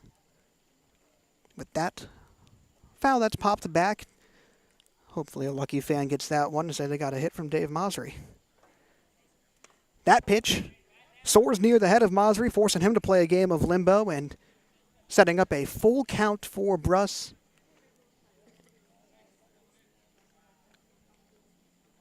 Being inserted into this game and having some initial difficulty with the Dogs, as once again a 3rd walk puts Dave Mossery on first, and the bases are loaded for the 3rd time this inning, which brings out the Lake Norman side. Looks like we're going to have a visit on the bump at the very least, We'll see what happens, but in the meantime, sit back, relax, and we'll have the final stretch of Corndogs baseball right around the corner.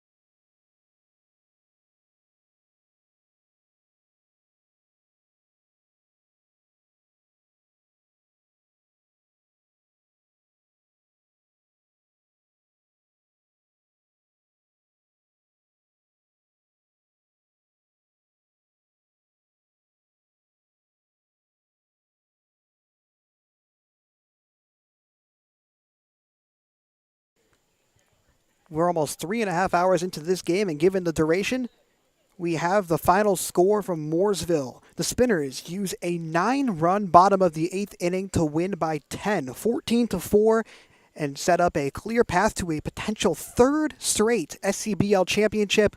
Concord will play the winner of this contest tomorrow, and regardless of who comes out on top here, they will host. So the Athletics suffer their first loss in this bit of a miracle run that they put together in the playoffs, as Cannon Pierce here trying to make sure that his Corndogs are the ones that get to face the Athletics tomorrow in that do-or-die game.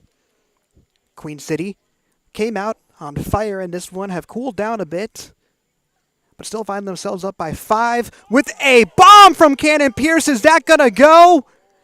That's the... Oh, that one hits against the wall. I was ready to say that that's the dagger. Look...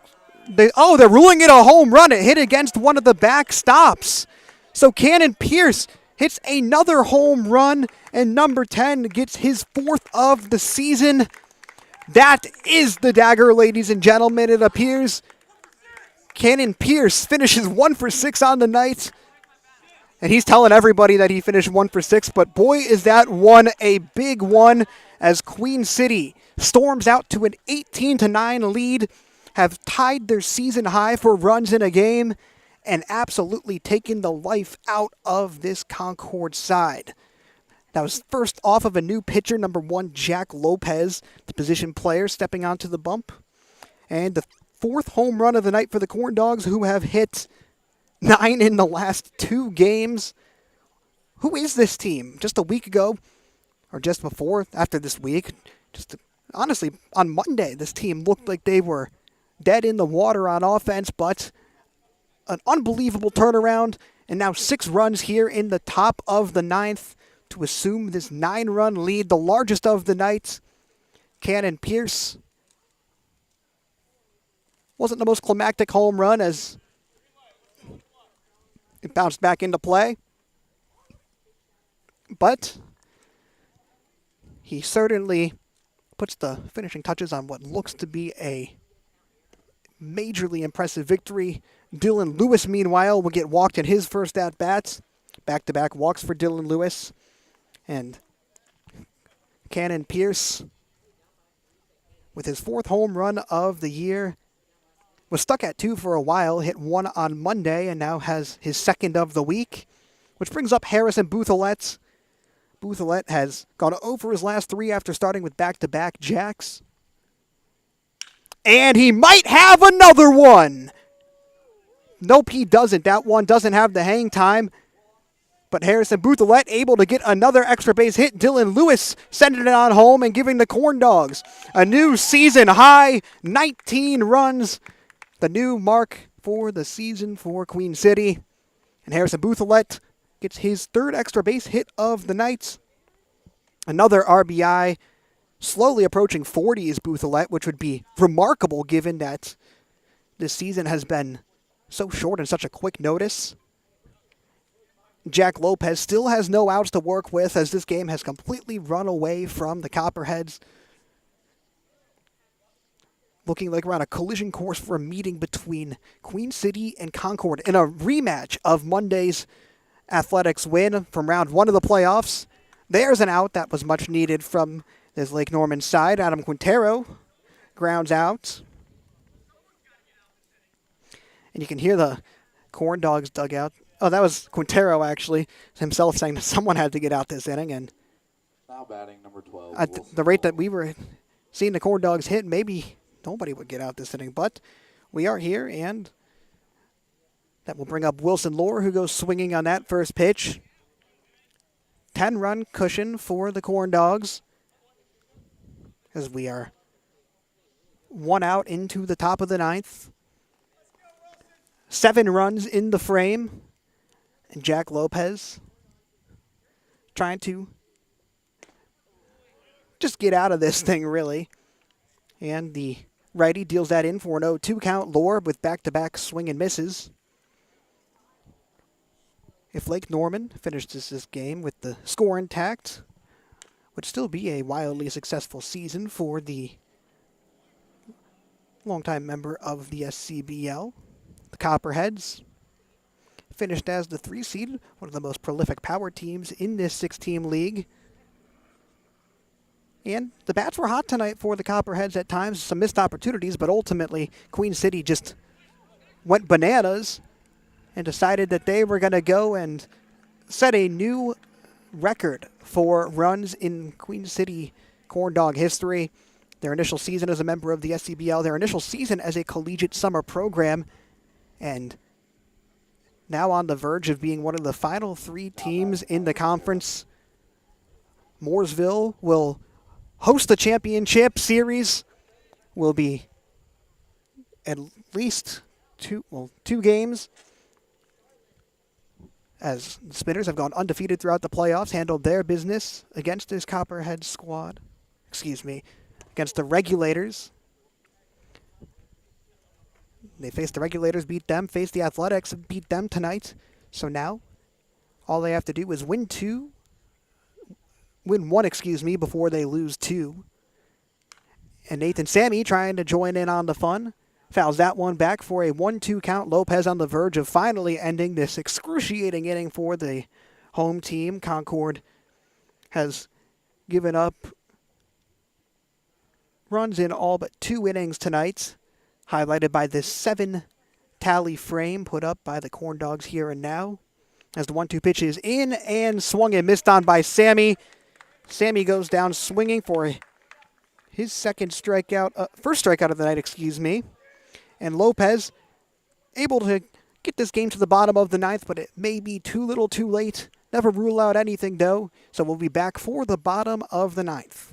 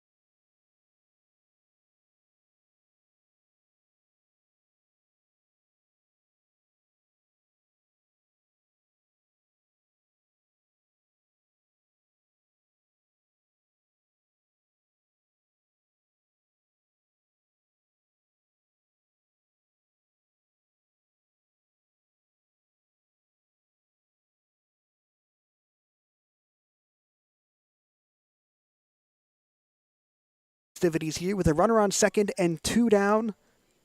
The righty from Pfeiffer takes pitch 1 and is ruled a strike, or at least, was it a strike? Scoreboard says a strike, and the Corndogs dugout had a visceral reaction. So Meany dishes this one in, and that is certainly a strike. So now just 1 pitch away from giving the Corndogs back-to-back elimination game wins. And we'll have to wait on that one as the count elevates to 1-2. Aiden Meany has put on a show tonight, the best game of his season. And with that pitch, he gets strikeout. Oh. Okay, so we were right. It was the first pitch was a ball, so now it's a 2-2 count. And that one is blasted into the outfield. Doesn't have the carry, though. No! And the Corndogs do it. Lake Norman finishes their 3-seed season, an impressive season at that, at 16-12 with the Corndogs after losing at home on Monday, taking back-to-back elimination games with massive offensive performances. And now we're set for a rematch of Monday's Concord game, live from the Friar tomorrow at 7 p.m. Queen City and Concord, very familiar with one another, and it should be an excellent ball game. Congratulations to the Lake Norman Copperheads on a wonderful season. But for now, it's Queen City that keeps dancing, and we'll have another winner-go-home game tomorrow live from the Friar. We'll be right back on the call. I'm Jonah Weintraub, and thank you for tuning in to tonight's contest on Queen City.